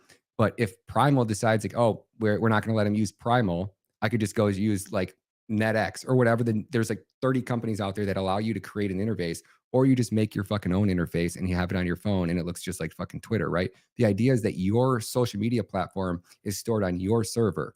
And you can, you can use other people to store it on their servers as well. You can also store it on a server that's free that everybody that can have it and not back up their account. But basically, I can back up mine. I could run a node on my one node.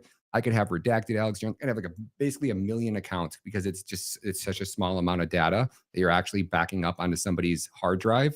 So all of us will basically have a decentralized version of Twitter where they could never actually deplatform us from.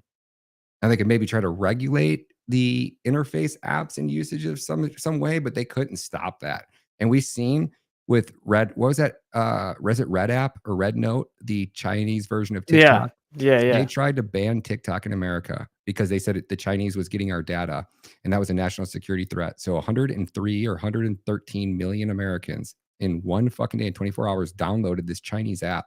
It's the number one trending app on TikTok. So and it was like a shitty user experience, right? It wasn't good like TikTok. It was in Chinese and it was janky, and we all got the platform basically in 24 hours. Well, if 105 million people would have made that switch to Nostr overnight, nobody would have came back to Twitter. It would not. How do you spell it? I've never even heard of this. Nostr. It's fucking awesome. So like the people that basically created Bitcoin have been trying to basically build a community around Bitcoin. And yet, in order to basically make sure Bitcoin survives, we need to make sure free speech survives. So there's an organization who created this thing called Napster, and it is like their version of like you are your own social media platform. And I use Primal as my favorite interface. You go in the App Store right now on your iPhone or whatever phone you have, and you download Primal, and then you create a Nostr account, and it'll instantly it'll look just like Twitter. I'm at Ryan Matta over on Nostr if you guys want to follow me. And then you get a key, right?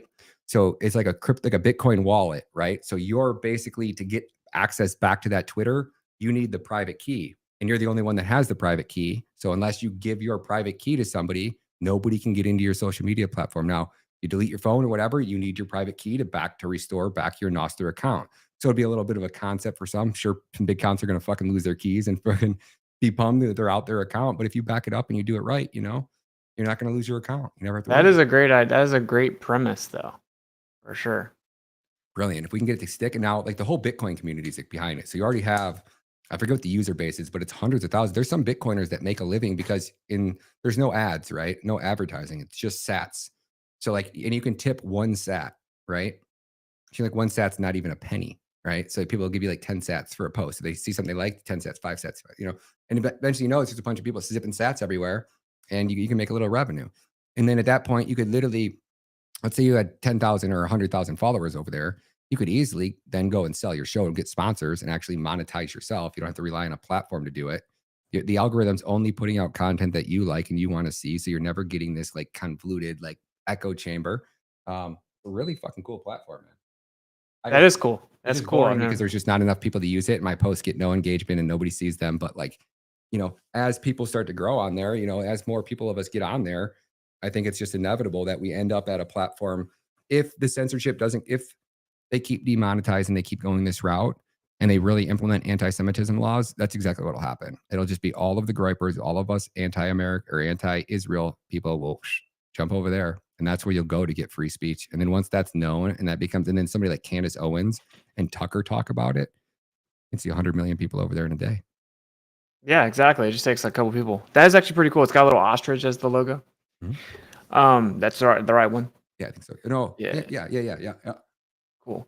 All right. Very cool, man. So, you want to like just list off for the people that are kind of new, list off the documentaries that you've done,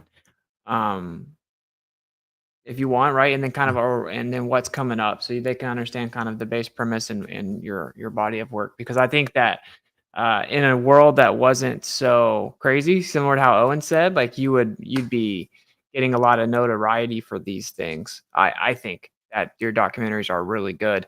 But yeah, if you want to fill the people in so they can kind of catch up. Yeah, absolutely, man. Thank you very much.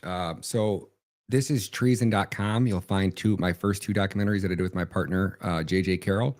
And the first one was the first one was What is Treason? #Trafficked. And the second one was What is Treason? #Invaded. So Trafficked basically takes you through the journey of these children because we interviewed a girl by the name of Christy Hutchinson. And she was a Department of Defense contractor where she would build soft-sided facilities for our government over in war zones. So they'd be like, oh, we need in Afghanistan, we need a fucking tent that can house 10,000 soldiers. They would fly in with like Black Hawk helicopters and like parachute down with these fucking tents and like secure the perimeter and then stand up a soft-sided facility in like 48 hours that could house like 10,000 troops, basically.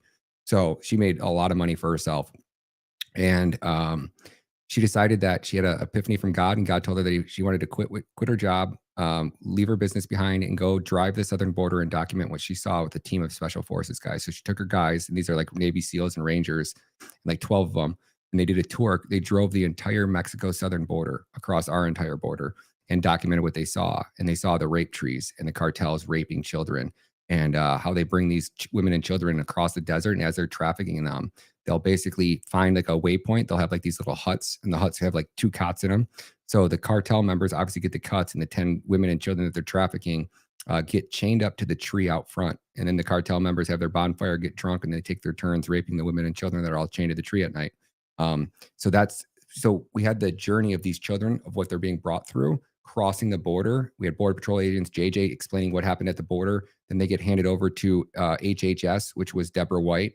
And then from Deborah White would give them to Carlos, and Carlos would deliver them to the buyer, and then Baz would go and rescue them. So we showed you what a day in the life is like of a trafficked migrant children and how horrific it is.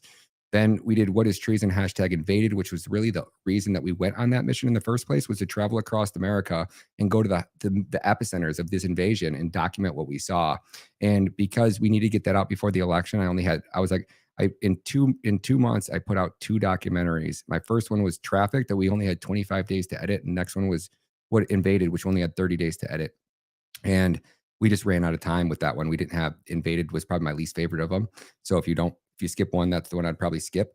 But then after that, I realized that it was behind the paywall because I went on that one with JJ. And when you're doing with 2 people traveling, it's way more money. It cost me over $100,000 to produce those 2 documentaries, and we had to put them up for sale, or I would have lost basically $100,000. Actually, about $66,000 because we had a few donations. But then I realized that it was the paywall that was the problem, because you need the masses to wake up, and people are like, oh, any excuse to just, I know what's happened, I don't want to watch it. The paywall was it, right? That thing got maybe like 100,000 views. And then I went into the Operation Amber Alert series, which I did by myself without JJ, so I could put them out for free and with just a donation link. And I put out Operation Amber Alert. I guess it would call it America, if you will. And that one showcases it highlights the atrocities that are being done, but it mainly focuses on the public-private partnership that Alejandro Mayorkas had created with the Mexican cartels, and Xavier started with HHS, and how they turned America into the child trafficking capital of the world. And it really focuses on how aware our government was and how they participated in it and how they funded it and how much money was going to these NGOs. Then the next one is Operation Amber Alert Guatemala, because I was contacted by the Attorney General of Guatemala, what we talked about earlier, and I got invited to Guatemala. And then I realized that out of that 452,000, 190,112 of them had came from Guatemala alone, which is an absolute mathematical improbability. So that I really start going into the United States governments and kind of interfering with the elections a little bit, but mainly focusing on how do 190,000 children get trafficked out of Guatemala, arrive at our border, and they're put into facilities. And what's happening to them when they're in the facilities? They're being raped.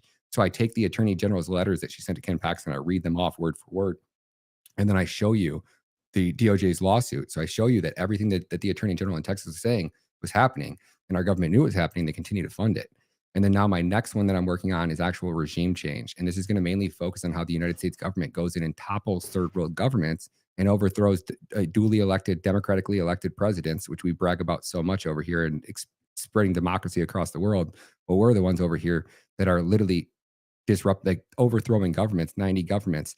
And now, why is Guatemala so important? And we have Trump back in office, and Rubio is supposed to be over there fucking cleaning this up. And now he's the head of USAID, and he was working with USAID to topple governments. And we expect that man to clean out the house? No, thank you. Or no way that's happening. So my next documentary, Regime Change, is really going to light a fire under Rubio's ass and the Trump administration's, because this is the guy that's involved with rigging the Guatemalan election and working directly with USAID. And he's supposed to be the one investigating USAID. And if you look what's happened in Guatemala since Trump took office, it's an absolute, it should be like that alone should have half his cabinet fired. Anybody who's participated or played a role in not making right by what we did in Guatemala, our government, we are driving them into a civil war. The attorney general's term overlaps the president's term by 2 years. So when the president was installed, we were lucky that the previous president got to pick, right? So we didn't have an election. There was no way to really rig that system enough because the president got the final say. So the president wanted to make sure he picked a rock solid person to be attorney general because she was the only one that could kind of back him up for 2 years. And she saved our government from removing him. Our government in 2017 tried to overthrow the sitting president of Guatemala and failed. It was a USAID backed coup that failed, and we got all the documents. So long story short, that's regime change, and that's going to showcase basically the last 10 regime changes, how the regime changes work, what the regime changes were, and their playbook, so that every country around the world can watch this playbook and see that this is what the United States government is doing in real time in your country. Then after that, we got the Great El Salvadorian Comeback, which is God, Bukele, and Bitcoin.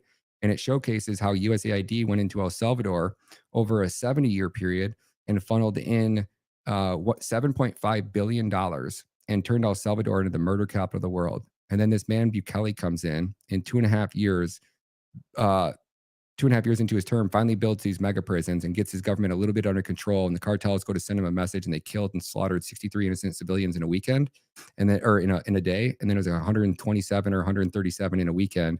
And that got Bukele the ability to force his Democrats on the left to vote with him, temporarily suspended the Constitution, changed the law so that he could go and arrest any gangbanger with cartel face tattoos from head to toe. And he went and rounded up 80,000 gangbangers and killers and put them all in prison.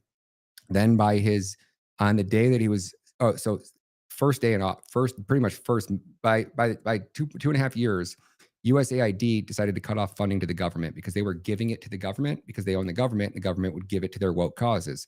Once Bukele became a dictator and was actually using that money for good for his country, USAID goes, oh no, we're gonna cut off the funding to the government because you're a dictator, and we're gonna take that money and we're gonna give it to what causes we think we should give it to.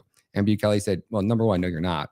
Number two, that money doesn't belong to us. It belongs to the American taxpayer. So you should give it back to them. We don't want your money. We don't need it. So he cut the head off USAID. 2.5 years later, he turns El Salvador into the safest country in the world. Then, as icing on the cake, at like his State of the Union, he has every member of his cabinet all in one room, comes in, locks the door, Sergeant of Arms locks the door, and he orders the Sergeant at Arms to investigate everybody in this room, including himself, for corruption. And he wants a report basically on his desk in like a week. And seven more members of his government were arrested and taken off to jail for the crimes that they committed. And he arrested all the politicians that were crooked. He impeached all the fucked up judges that were destroying his country. He cut off USAID. And in 2.5 years, El Salvador goes from the safest country in the world, from the deadliest country in the world, the highest murder rate in the world.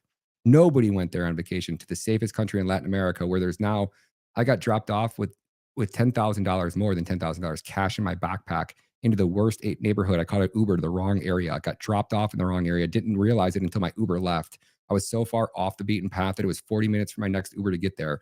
And I'm looking around, and I got cement walls all around me with bullet holes in them and razor wire on top of these fences in front of these homes. Like, that's a bad area when they have metal gates because they don't want a stray bullet to go through the wood gate. So it has to be a solid steel gate for the cars to drive in.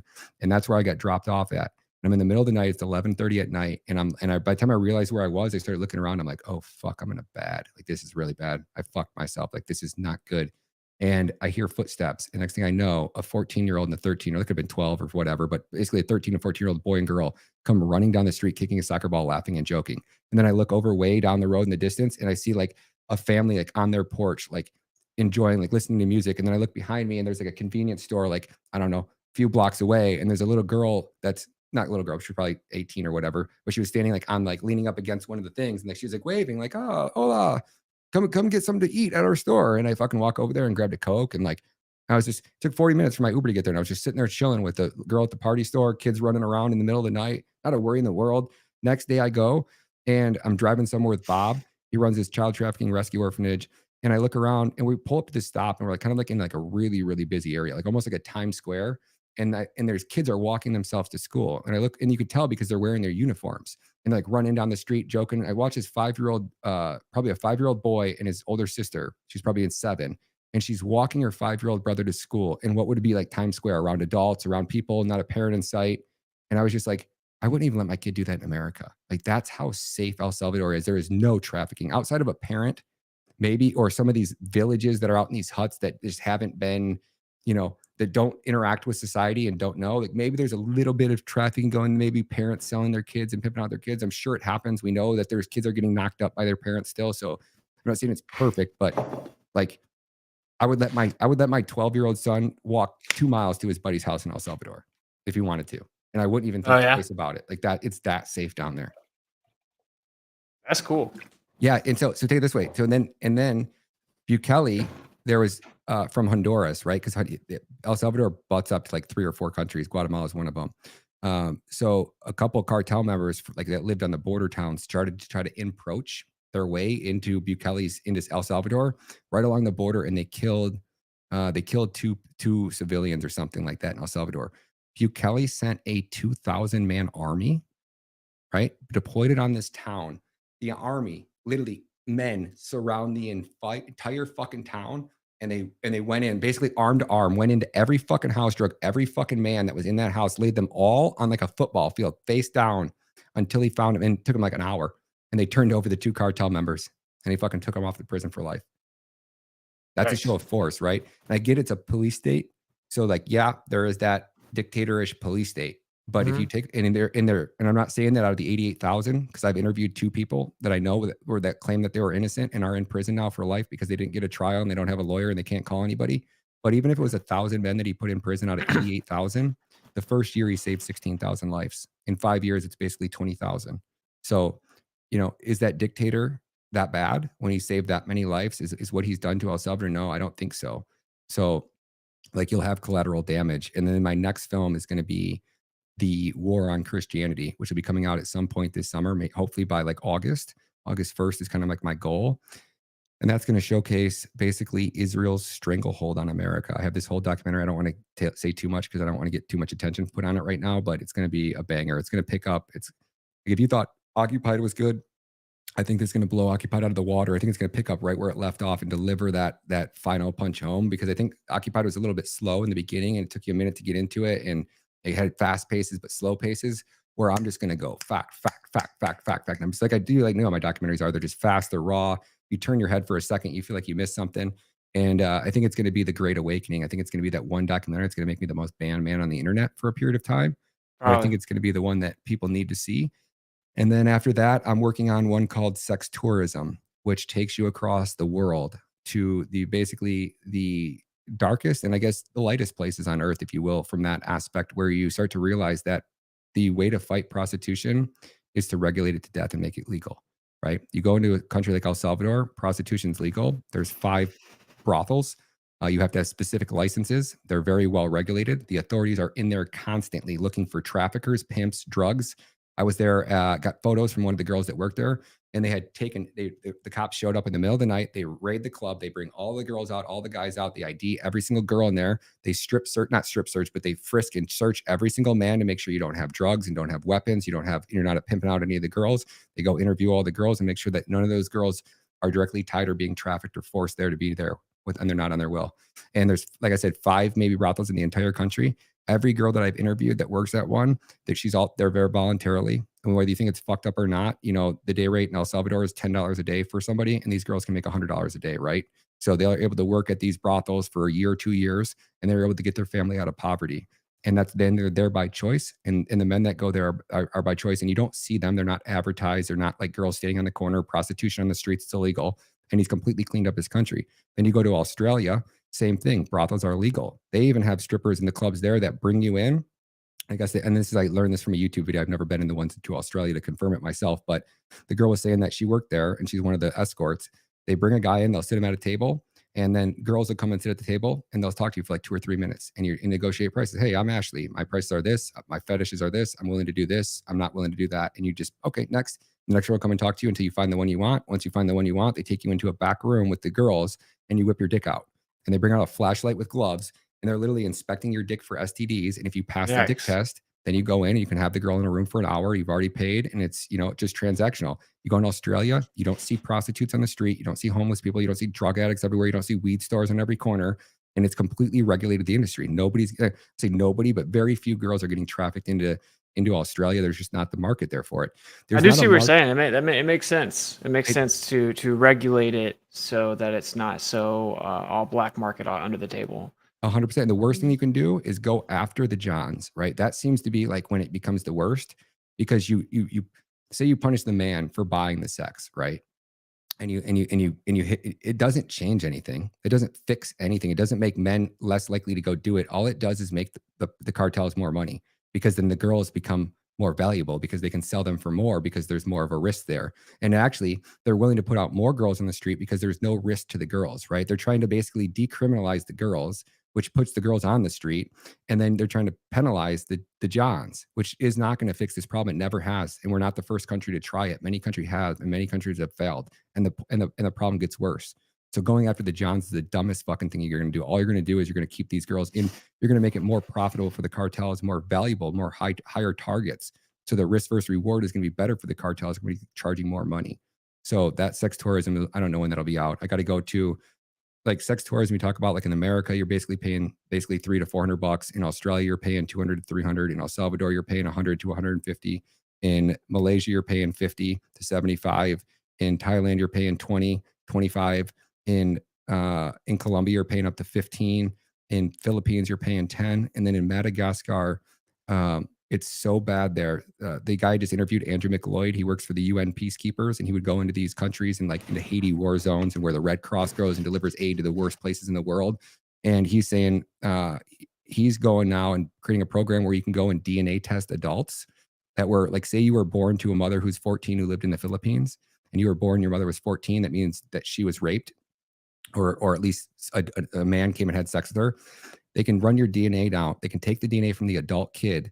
They can run it through ancestry.com. And because there's so much DNA in these databases, if one of your relatives, just one, has donated DNA, they can basically pinpoint. And then because Andrew McLeod, I don't know if he has like, if this is common knowledge, if you can get people's travel records easily, or you have to have a contact, but he worked in the UN, is like connected all the way up to the president or whatever. So somehow he's able to get travel records. So one of the guys he found, it was like between 3 brothers, and he was able to pull the travel records and see that only one brother was in the Philippines during that year. So it was obvious which brother it was. Then he went and ordered the judge to get a DNA test of the father. The father gets a DNA test done, proves that he is the father. And now that child, it can get citizenship in whatever country that his father was from. He can get back child support. And if the country was something like Australia, where their federal laws are, you can't have sex with anybody under the age of 16. If you do, even if it's out of another country, we can prosecute you if the crime is provable. So once you have that DNA, you can prove that he had sex with a 14-year-old in another country. It could be 20 years ago. There's no statute of limitations, and he can bring charges against you. So this was the man who's telling me that. He's like, if you thought Thailand, because I just got from Thailand, and I've never seen sex tourism before. I didn't know it was a thing. I knew of it and knew it existed, but I didn't know what it looked like in the flesh. And I was just like, I was baffled that it took me. So in Thailand, you just walk by girls, and every girl is like flirting with you, trying to talk to you, literally just grabbing your dick out of nowhere. Like, so in the time I walked out of my place, because I had been on this trip and you have to do laundry. So I walk out with a laundry bag. I'm like, I'm going to go do laundry. And I fucking walked down the street trying to find a laundromat. There's so many in Thailand. There's everywhere. So you can't walk past buildings and not find a laundromat. But in the time it took me to walk basically 2 blocks, I probably could have got my balls washed by 10 girls. I could have got a girl to wash my balls and then go do my laundry quicker than I could find a laundromat. That's how prevalent. Like, I bet you 10 to 20% of the GDP of Thailand comes from women selling themselves in the corner. And the effed up part about it was, it's disgusting. It's part of their culture, dude. These girls weren't struck out on drugs. They weren't fucking alcoholics. They weren't ugly. They were the most beautiful women on the face of the earth. And there's thousands of them everywhere. And they're nice and they're happy. And it's just bizarre feeling. And I just don't know how to look at it. But it's so disgusting because it's like 20% of your GDP comes from girls. And those girls have fathers. And you know that their father isn't like, oh, I hope one day my daughter ends up working at Nana Plaza in Thailand. Yeah, exactly. No, they don't want their daughters out there. A lot of them And it's gonna mess them up. It's gonna mess the so women up. messed up, dude. Yeah, like And I'm just emotionally numb, you know. dude, you just watch the nastiest, like 50, 60-year-old, saggy, bald, creepy, fucking long, fucking gray haired, just gross dudes, dude, going up and talking to these 18 and 20-year-olds. And you see these girls like flirting with them. And it's just like, it is the most fucked up shit you'll ever see. So he goes, I thought that was horrible. And so I went to Australia right after. I caught a one-way to Thailand to interview Ken O'Keefe. And then I caught in one way to, and when I was in Malaysia, I went out for drinks with Ken. And then him and his girl were talking, whatever. It's like 1 o'clock. And I'm like, I got to go to bed. I got to get some sleep. So I was like, I'm just going to catch an Uber home. So I started walking down because we were like in like a strip. You had to get like to like a main road to get an Uber. So like I walked down this strip and then I started to realize all these black girls were trying to like, hey, you know, they started talking to you. So I started talking to the ones that had English. I said, oh, where are you from? Oh, I'm from Tanzania. Oh, how'd you get here? Oh, I got a visa. Oh, you do? I said, do you pay somebody to help you get that visa? They look at me kind of weird. I go, I'm a documentary filmmaker, right? I pull out my phone. I show them the app. I'm like, I specialize in child trafficking and human trafficking. I know how these networks work. I'm not here to jam you up or get you in trouble. I'm just curious. Did you pay somebody to come here? Do you owe somebody money? And then like a few of them wouldn't talk to me. And a few of them were like, they opened up to me. Like, come over here and like pulled me aside and was like telling me exactly how these operations work, how they get the girls, what they tell them, how much money they owe their madams. And then once I realized that all of the Asian girls are the girls that are working inside the brothels and inside the massage parlors. And then you see all the black girls that are on the street, every one of them, 99, I only found one that didn't have a madam and owe money to a madam. And they're all out there. They're all on a visa. The madam takes their visa and then they have to go every night and sleep with dudes and pay the madam back for their visa and then for their passport. And then they have to pay the madam to renew their visa every month.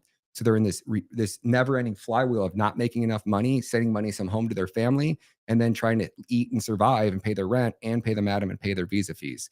So it's the most bizarre. But he goes, if you thought that was bad, if you thought Thailand was bad, you need to go to the Philippines and you need to go to Madagascar. He goes, Madagascar today is like the Philippines in 30 years ago.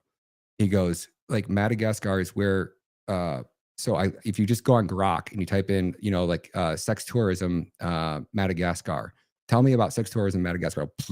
And I'll go, children are being sold for sex. It's a number one place for having sex with children. And it's 50 cents to basically $2. A dollar to $10 to have sex with a female. And I'm telling you, like the $10 you're going to pay will be for the absolute most beautiful woman that you've ever slept with in your life. It'll cost you $10. You could probably talk it down to $5. You could probably buy her. And some of these, I'm telling you, it ain't just a 15-minute quickie like the girls are selling in San Diego on the corner. It's like for $25, this girl come and spend the whole night with you. She'll come and make you dinner. She'll come and fucking fold your clothes, do your laundry, have sex with you as many times as you want, and then she'll take off and leave whenever you want. Yikes! Dude, I interviewed this one girl from Tanzania. And so one of my friends is a Bitcoiner in Thailand. That's how I got the invite. So I went to go film some interviews for Bitcoin. I wasn't even going there, but I knew the sex tourism there. I thought maybe I could infiltrate some of the child trafficking, or I was going to see child trafficking. I didn't see any child trafficking there. What I saw was actually, so how I got there was my friend Bitcoin, his girlfriend is an Asian. She had a friend that's from Tanzania that was coming over to look for her sister or try to convince her sister to go home because her sister had came over there to be a prostitute. So the one sister comes to get her sister and try to convince her sister to come back home. I meet up with her. She ends up making some phone calls for me and gets one of the girls that's actually working on the corner that has a madam to come and sit down for an interview. I haven't put this one out yet. I'm still waiting on my editors because she wanted me to disguise her voice and hide her identity. But you're going to hear what these girls are, what a day in the life is like for one of these girls. So she'd been in Thailand for 45 days. She agreed to do a 1-month visa, which is like the worst setup because you have to renew it every month. So she did a 1-month visa. She owes the person $5,000, the madam that brought her over. She's been here for 45 days. She's sleeping with 2 dudes a day just to pay her rent and fees to the madam and pay for her visa. She has to sleep with a 3rd one if she even wants to have any extra money. When she comes home, the madam strip search her because they don't trust that she's going to give them all of her money. And I'm talking about this girl's wearing like a tube top and like the shortest pair of booty shorts ever and some heels and has no purse. So she's out there and, she had a little clutch purse on her. So she had this little clutch purse on her, but that's all she's carrying. And she has to go get strip shirts at the end of the night, right? So every time she comes home, they give her enough money to get breakfast and to pay for an Uber. And I'm talking like maybe $5 to go pay for an Uber to get back to this at work at night. So she goes out at 7 o'clock at night. She's not allowed to come home till 4 a.m. And she goes out in the store corners and just basically tries to talk to every guy that walks by and asks if they want to have a good time. And she has to sleep with at least 2 dudes. She's been there for 45 days. She doesn't have a penny in her name or a penny saved. And she's only paid off 3,000 of the 5,000 that she owes. So she's basically going to be there for 90 days before she even remotely comes close to paying that off. And Oh, where'd he go? He disappeared. They got him. I'm waiting to hear if she actually gets released. So that sex tourism one's going to be pretty crazy. I'm flying into Tanzania where they're actually going to take me into these villages. I'm going to go meet that girl that introduced me to her. I'm going to go into these villages where it's so poor that the women are willing to sell one of their children. And this is like the main hunting ground for traffickers. And then from there, I'm going to catch a one-way because it's so expensive to fly from here to Madagascar. So I'm going to fly into Tanzania, round trip it, and then I'm going to catch a round trip from Tanzania to Madagascar, and then I'm going to fly back into Tanzania. I'm going to fly back here, and I'm going to do that trip this summer. And I'm going to show you guys firsthand like the degradation of sex tourism and how popular it is.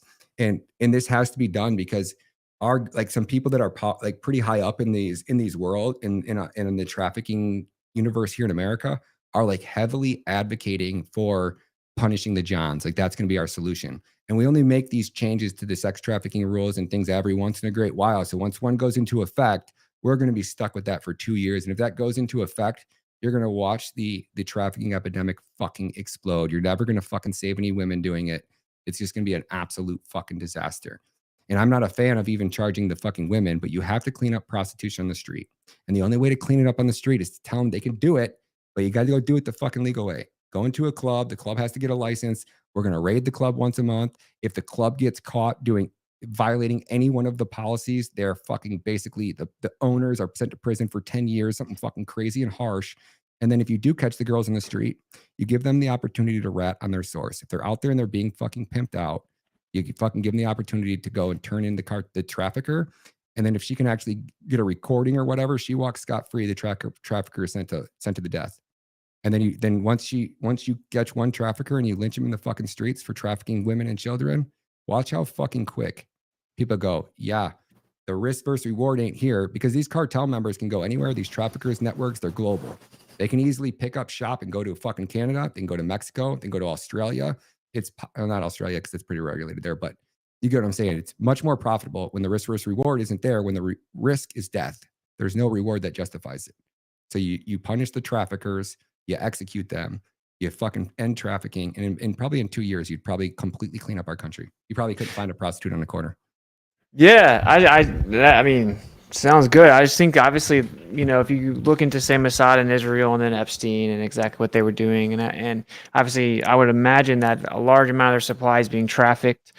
Sometimes they get obviously parents to just be complicit, as you even pointed out. But even in like Hollywood and stuff like that. But anyway, I'm guessing these are trafficked women, trafficked children, and obviously they get people to do things that are in a compromised position. So my point is, there are some very powerful. They didn't just stop with Epstein, right? So there are some very powerful people that rely heavily on these funnels, effectively, right? Like these funnels of children, and yeah, I mean that's why I guess. Unfortunately, I don't find myself too surprised when I look around and see that there aren't huge actionable changes happening, because it's like, well, there are certain people that need that supply. So yeah, I don't know. What's your take on that? Because I mean, I don't want to be like a black pillar. Like I think that we should be very vocal about it. And I think that like what you're doing is very important. I just think that we may be underestimating who's kind of all the way up there pulling the strings. You know what I'm saying? And obviously, the bigger the systems, the better. The more, the bigger, the better. Because then you're just going to snag a few here and there and kind of get lost in the sauce type of things. I think Israel is the homo capital of the world. So when I can never wrap my head around, boys actually normally mine are boys. make up almost a majority of the sex trafficking, like 55, 60% are boys In Israel or just in general? in general, Oh, right? that's crazy. In how they're gay, like everybody's gay in Israel. I think that a majority of Yeah. the fucking boys are being trafficked for them, right? I think the girls are more so for fucking Maybe profit and for so. blackmail, right? And Wow. so there's no doubt that Israel controls this. I don't know how they're directly profiting. I can tell you how they are profiting from the NGOs and that aspect of it and how that's directly connected to all the organizations. But as far as like, I don't think that there's any one person that kind of is at the, like, if you're the person that's producing all the cocaine, right? Like you have the production, right? So that production can only, you have to supply somebody because you're the main person with the cocaine. But I don't think there's like a main person with the kids, right? I think the kids, Nah. I think there's just these different factions. I don't necessarily know they're all controlled, they're connected by the Jews, or the Jews are profiting from all of it in any way. But I definitely think that we know that the slave trade was Jewish, right? We know that human trafficking is a Jewish, is based in, basically the Jews basically created it and cemented it into our society. And Israel has definitely taken advantage of it. I mean, they're blackmailing our politicians with it. Yeah. I don't know how they profit from it, but like They don't even need to profit in terms of money, right? Like they profit just by controlling everyone. right. Controlling That's what I'm saying. everything. Like they And don't need to make the money from the trafficking because they get it from our government, right? it doesn't Right need off to be the a top. girl either. It's like get someone drunk, get them drugged up, let them have sex with the dude. And now it's like, okay, you have a wife and family. We're gonna reveal you had sex with the dude. It'd be all kinds of Take it a things. step And farther. Witsit, we heard that Mossad will set up operations next to a politician's house. They'll go buy a house 2 houses down, and they have devices that basically allow them to spy and track and get data from everything that you're doing inside your house. So they'll basically have an operation so they know what porn you watch, they know what your fetishes are, they know what type of girls you talk to, they know every dick pic you've sent, every chick you've talked to, all of it, right? So they basically have a Mossad agent that's at that house at standby, and they just wait for you to get into a fight with your wife. Your wife goes out of town, you go out to a bar, you go out to the bar, in walks the girl, which happens to be your type, happens to talk and know what you're into and fucking chat you up. And these politicians are fucking thinking they're God's gift to earth. So in walks some cute girl, starts chatting you up, you're in fighting with your wife, you end up at a hotel, you have a drink, you black out, you wake up the next morning with a throbbing headache and a manila folder and a cell phone next to you. While that girl drugged you, they brought in a little child, took some photos, made the child lay in bed with you. oh wow, crazy. Yeah, Took all crazy. those photos. Next day, you wake up with a fucking headache and a cell phone next to you and a folder of all those photos. It says we own you. And what are you going to do? You're going to answer that call, right? Because even though you didn't, you blacked out, you got drunk, you don't know what you did, but all of a sudden there's photos with you and a kid, and you're like, you have no, like you get GHB. That's crazy. You don't remember a lot from before it. You don't remember getting to the room. You don't remember what happened after. So all of a sudden you wake up and you're like, what the fuck did I do? Like, I don't know what I did, but how the fuck did this kid get in my fucking bed? How can I explain this? You couldn't, right? They own you at that point, and they own you. And at that point, like you just continuously sell your soul to the fucking devil. So, and I'm not giving any of these politicians a fucking pass by any fucking means, but I don't think that's far off from reality of actually have taken place, knowing that what our government has done. Yeah, I mean, even just like getting them to have an affair at all, right? Yeah, fair at all, cheating on your wife, fucking. But I think that like, man, Isn't that what they're doing with RFK? I think there was a whole cover story about how things were leaking from RFK, and I think in reality they got something crazy. They got like a video of that man doing something crazy, bro.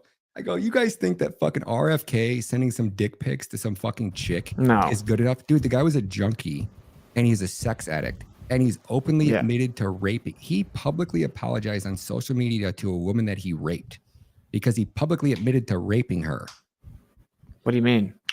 He got drunk one night and got too grabby and forced himself onto a girl that was, I guess, supposedly saying no, but she was drunk too. And he openly admitted to saying, like, she said stop and I didn't stop, and I raped her, and I apologize for it.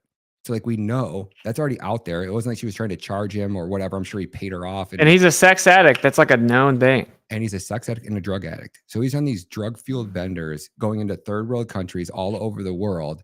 And he's a Kennedy.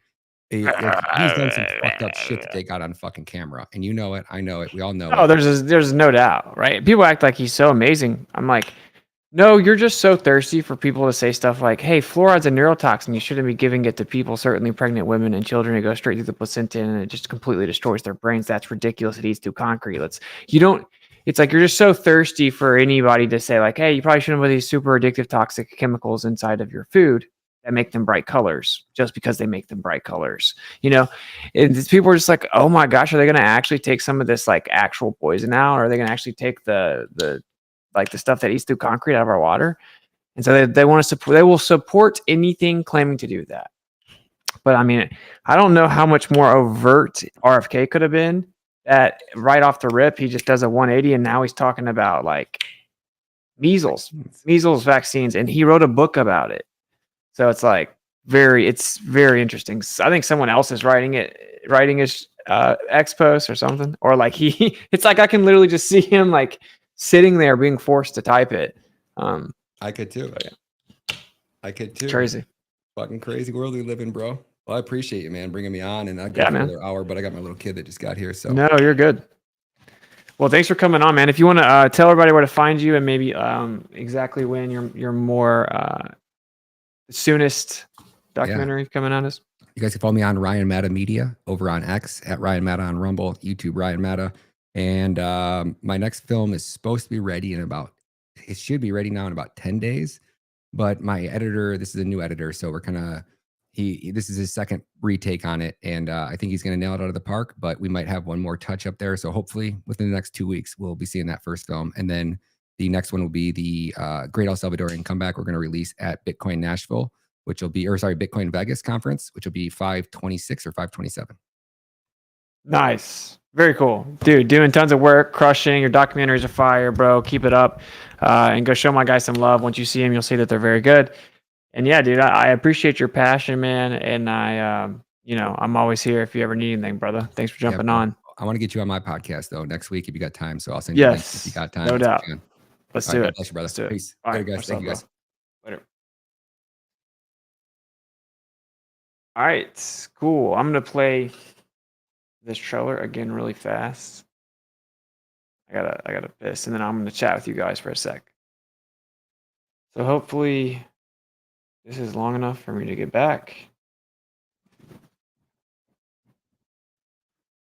All right, I'll be right back. What have you been hearing from the citizens about this guy? Normal citizens, we don't want this guy here in Guatemala.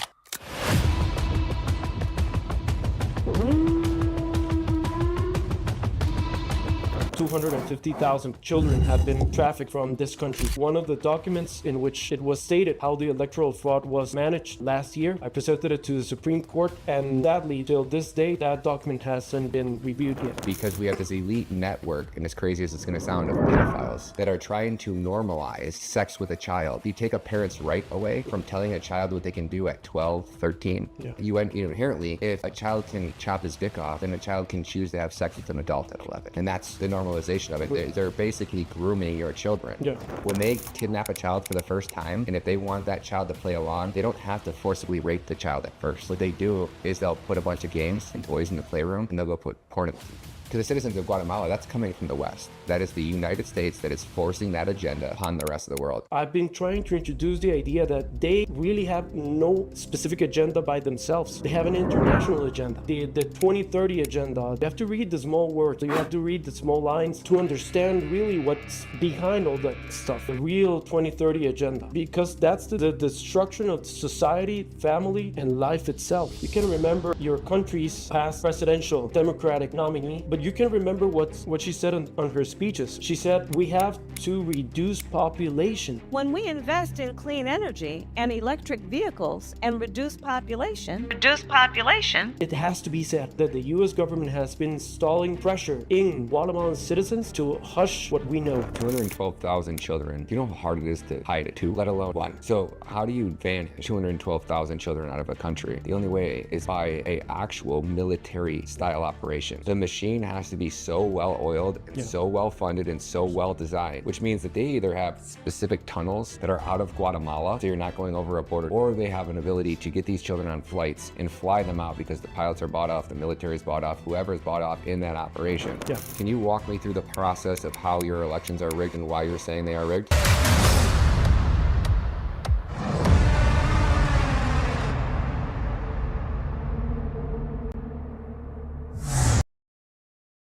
Boom. All right, cool, very cool. So what's going on? Someone said Ryan owes Austin thousands of push-ups. Yeah, low key. But he's passionate, man, and so his documentaries are very good. I definitely encourage you checking them out and supporting them and sharing them. I think they're very important topics. Okay, cool. So I'm going to hopefully have kind of like the new stream set up tomorrow, and then hopefully I will be announcing the times, and we're just going to do a lot of streams. So similar to how the stream was on Monday night, it'll kind of be like that, and it'll be based on what's going on, kind of like I said, then like a place truthers can go to actually kind of keep updated in a way, like what's going on around them. And we will do some flat earth stuff. We're gonna do some geocentrism stuff, right? Like obviously I'm still passionate about those things as well, but I am going to change it up a bit. Major changes in my life in the personal aspect, and I'm going to keep you guys. I'm going to be very transparent with you guys about all that. So here soon, I'll kind of explain everything to you guys and kind of what's going on and where I'm going and what my path is and stuff like that. But I am very excited. Let's just say that I feel more optimistic about the future than probably I ever have. And a lot going on, a lot of stuff that's intense. But I know I can feel that everything was all kind of combining and coming at once because I'm about to get to the other side, basically. So that's my mentality. That's where I'm at. I'm very excited about what's coming on. We're going to do a lot of stuff. I'm flying out to be on Alex Zech's podcast this month. That's going to be very cool. I'll keep you guys updated. I don't think it'll air until kind of mid to the end of May. That's going to be cool. Alex Zech, if you don't know him, very cool guy. Just dunks all over germ theory and virology and stuff like that. Very cool. So I am doing that this month. And had to get the ticket and stuff like that. So, if you want to help our brother out, I'm not mad at you. Cool. So yeah, that's about it. I do have a goal on my Ko-fi. You can check it out, kofi.com/Witsit. If you want to support, greatly appreciated. I am going to update you guys a lot here soon. So it's not for this stream, but I'll let you guys know what's going on. So everything will kind of make more sense. And there you go. Very cool. I am very excited. So, and like I said, I'm going to basically just be streaming very consistently. So almost daily, like I think weekdays, maybe 7. So I'm going around different. I do like when it's light outside. So I may just pop off a random stream during the day about a certain topic or something, or have someone on. I like to stream when it's still light outside. At the same time, I know that kind of the best time for everyone is maybe 7, because that's 4 West. So I don't know yet exactly what the time is. If you want to drop in the comments when you think, and I'll check the other video if anyone has suggestions for the times. But I'm thinking and hoping it'll all be ready by tomorrow. I have a million other things that I'm doing as well.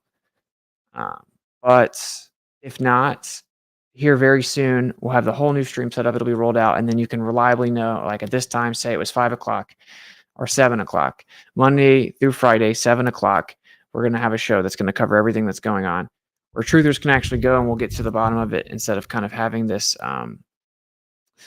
this crazy, lame, low vibration, like low IQ, binary, political type of nonsense spin on everything. So cool, man. I'm excited. I think it's going to be cool. Let me kind of chat with you guys for a sec. Is there some kind of sex magic or energetic mechanism in the Talmud or other religions that require young children for it to work? Some kind of energy extraction or something? Yeah, there is a decent argument that is in fact a thing in the Talmud. Obviously, I've heard like the rebuttal saying that's not the case, but there are very weird conversations in there. But yeah, something SRA is a real thing, satanic ritual abuse, and it's super dark. And I know that this stream is intense. I know this topic is heavy. I know it's not for everyone, but man, I think that one of maybe the most important obligations that men have is to stand up for women and children, and defenseless children are just sitting there, and yeah, like I kind of put that in a rhyme I made about the fluoride, you know. I can't remember exactly how it goes, but it's like pointing fingers is pointless. Don't want to miss what the point is. You can't medicate us without our consent. Let me remind you that you were appointed. Um, I said medicate, but fluoride is a neurotoxin, which really just means it's a poison. This is really just a meeting on personal freedom, but some people, they miss the appointment. Who made the government God? I must have missed when they got anointed. You're supposed to work for us. Maybe we should terminate employment. Pretending they know won't damage the brains of these babies. I promise that you're not clairvoyant. We gotta speak up for the ones in the womb that just sitting there voiceless. And I hope this gets under your skin like a splinter. I really don't care if it offends you. The fluoride passed right through the placenta. So anyway, we do have to stand up for like children, right? They're sitting there defenseless, both in the womb and outside of the womb. And that's why I did partner up with 7 Weeks Coffee. It's very cool. That wasn't like planned plug at all, but that is why. 7 Weeks Coffee. You can use Austin 10, get 10% off, and they put a large amount of their proceeds towards pro-life causes. And like I said in the other stream, one of the things they do is they get the women to actually listen to the heartbeat of the baby. And then the number of women that go through with the actual abortion drops by like 80%. Very cool. Very cool. I love to hear it. All right. Pop over here to live chat real quick. I think we're pretty good. You can't and really shouldn't rap, bro. Thank you, man.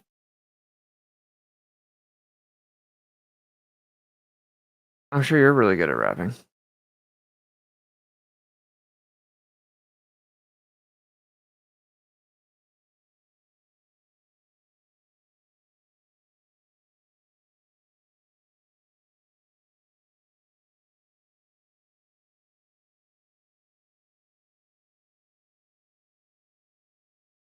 Yeah, people still saying stuff about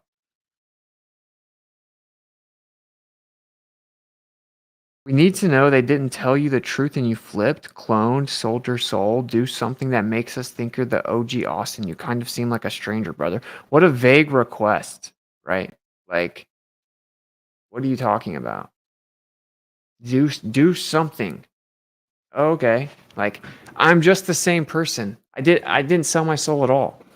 What I did is I went through a period, I called it my count me out period. I was like, I was gonna let everyone count me out. And I mean everyone. Everyone in my life. Just don't want to let everyone count me out. Count me out, attack me, slander me. You think I look weak, think I'm down, kick me, do all that. I wanted everyone that was gonna do it to do it. And then I was like, oh, am I gonna come back? Nope, I'm gonna pull back and let the other ones that thought it was safe to pop out, pop out. And, we're good. Now I don't care at all. Anyone that has ill intent, that's gonna lie, that's gonna twist, that's gonna manipulate, I don't care. I literally don't care. So that's how I feel um, about all of it. So back to what I was saying, we're just gonna make dope content.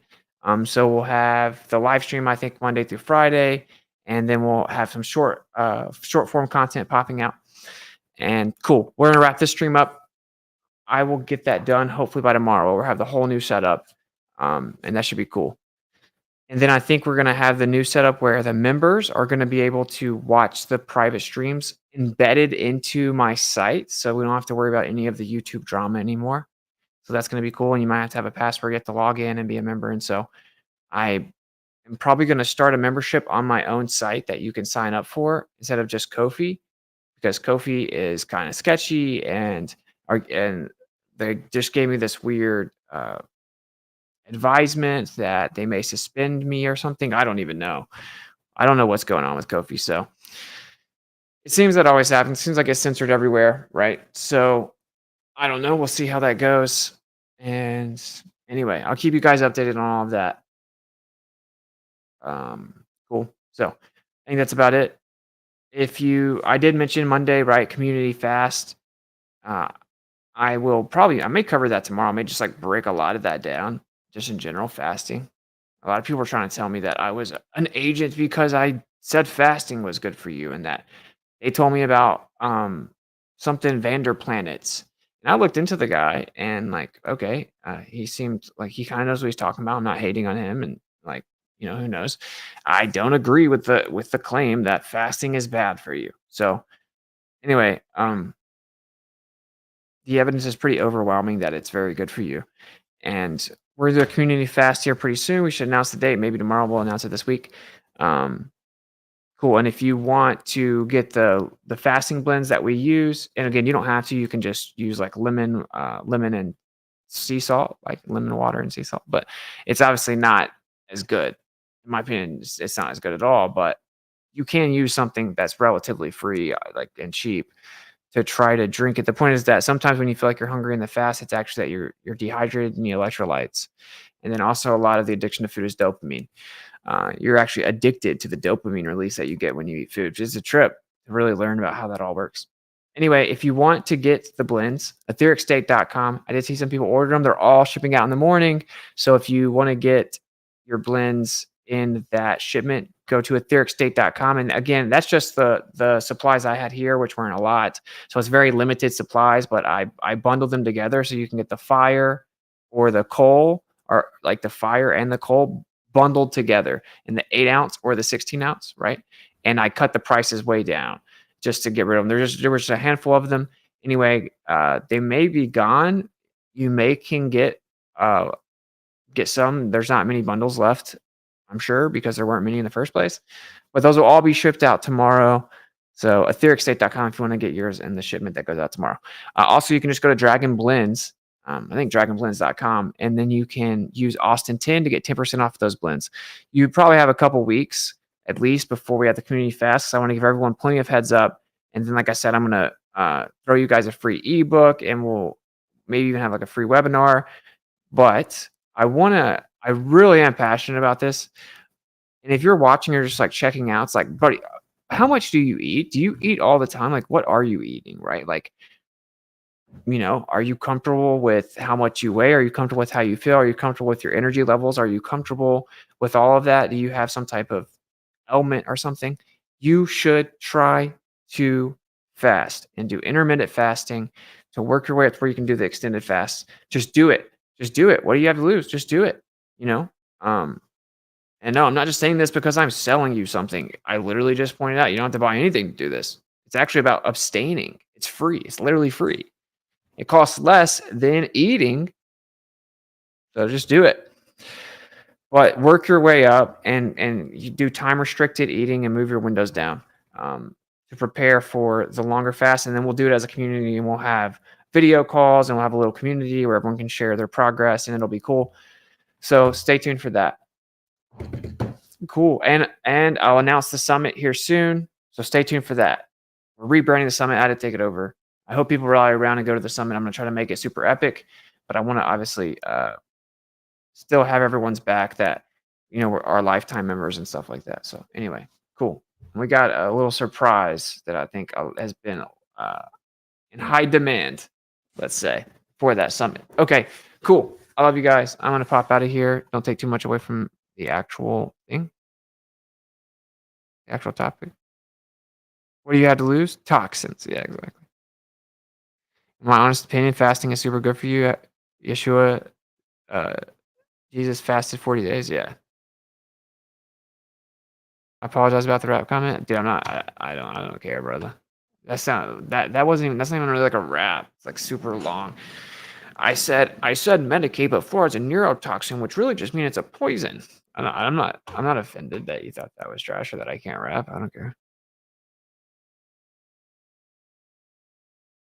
So glad to hear the summons are coming back. Yeah, they're going to be awesome. They're going to be awesome. All right, I love you guys. I'm going to wrap this up.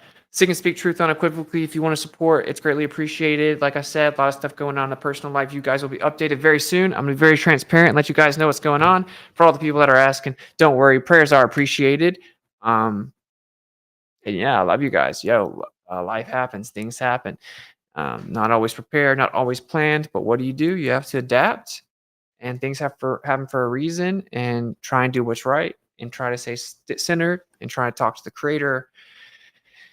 And yeah, that's what you can do, and realize, maybe there are plans, there are purposes, or something that you got to do, and just try to self-correct and do what's right, and trust the plan, but of the creator, not of some weird psychological operation run by the government on 4chan. Cool. Seek and speak truth unequivocally. The weak find contentment in the consensus of ignorance. So who cares what other people think? Because they're going to always attack you. Always attack you. And what I found out recently is, always. And from all angles. And that's just how it goes. People love you until you don't do what they want or don't say what they want, or they think it's a time that you're weak and they can attack you, or they can get something from it, or everyone else is doing it, or whatever. And it's all good. Yo, I love it because new beginnings, good energy. You guys are going to like the new show. It's going to be epic. And I think that we're going to make it grow pretty quickly. Also, popping on some pretty big shows. I'll let you guys know here soon. All right. So I'll catch up with you guys on the flip side. I'll play the song on the outro. I'll be streaming tomorrow, probably tomorrow night, 7-8. Haven't decided yet, but stay tuned. I'll try to get it on YouTube announced pretty soon. And also, I'll start being active in Telegram and letting people know where the streams are. I'm going to set it all up to do it automatically. So check out the Telegram. It's like t.me/misswits is the group chat. We've got t.me/witsitgetsit, I believe. And also on X, Witsit gets it. Catch up with you mañana. Peace.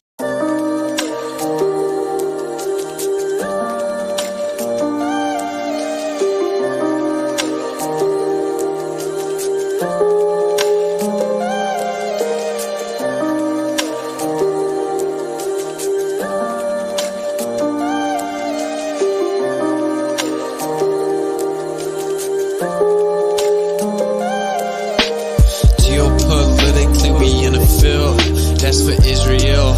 Wonder is it real? Rappers acting steady high, steady sipping pills. Glorify suicide so they get the deals. Big pharma set it up, had to flip the pills. Control the music industry until the scripts get filled. Geopolitically, yeah, we in the field.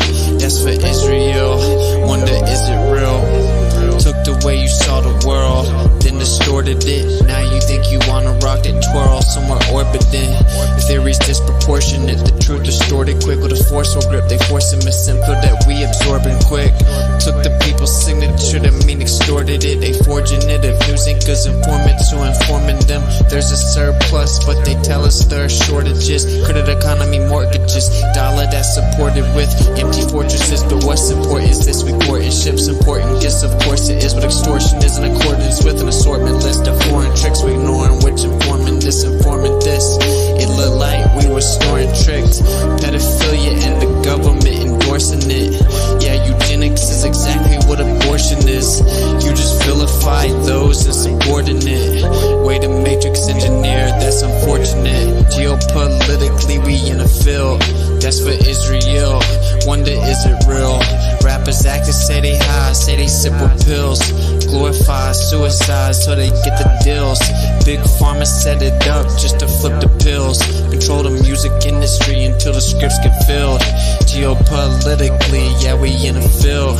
That's for Israel. Wonder is it real?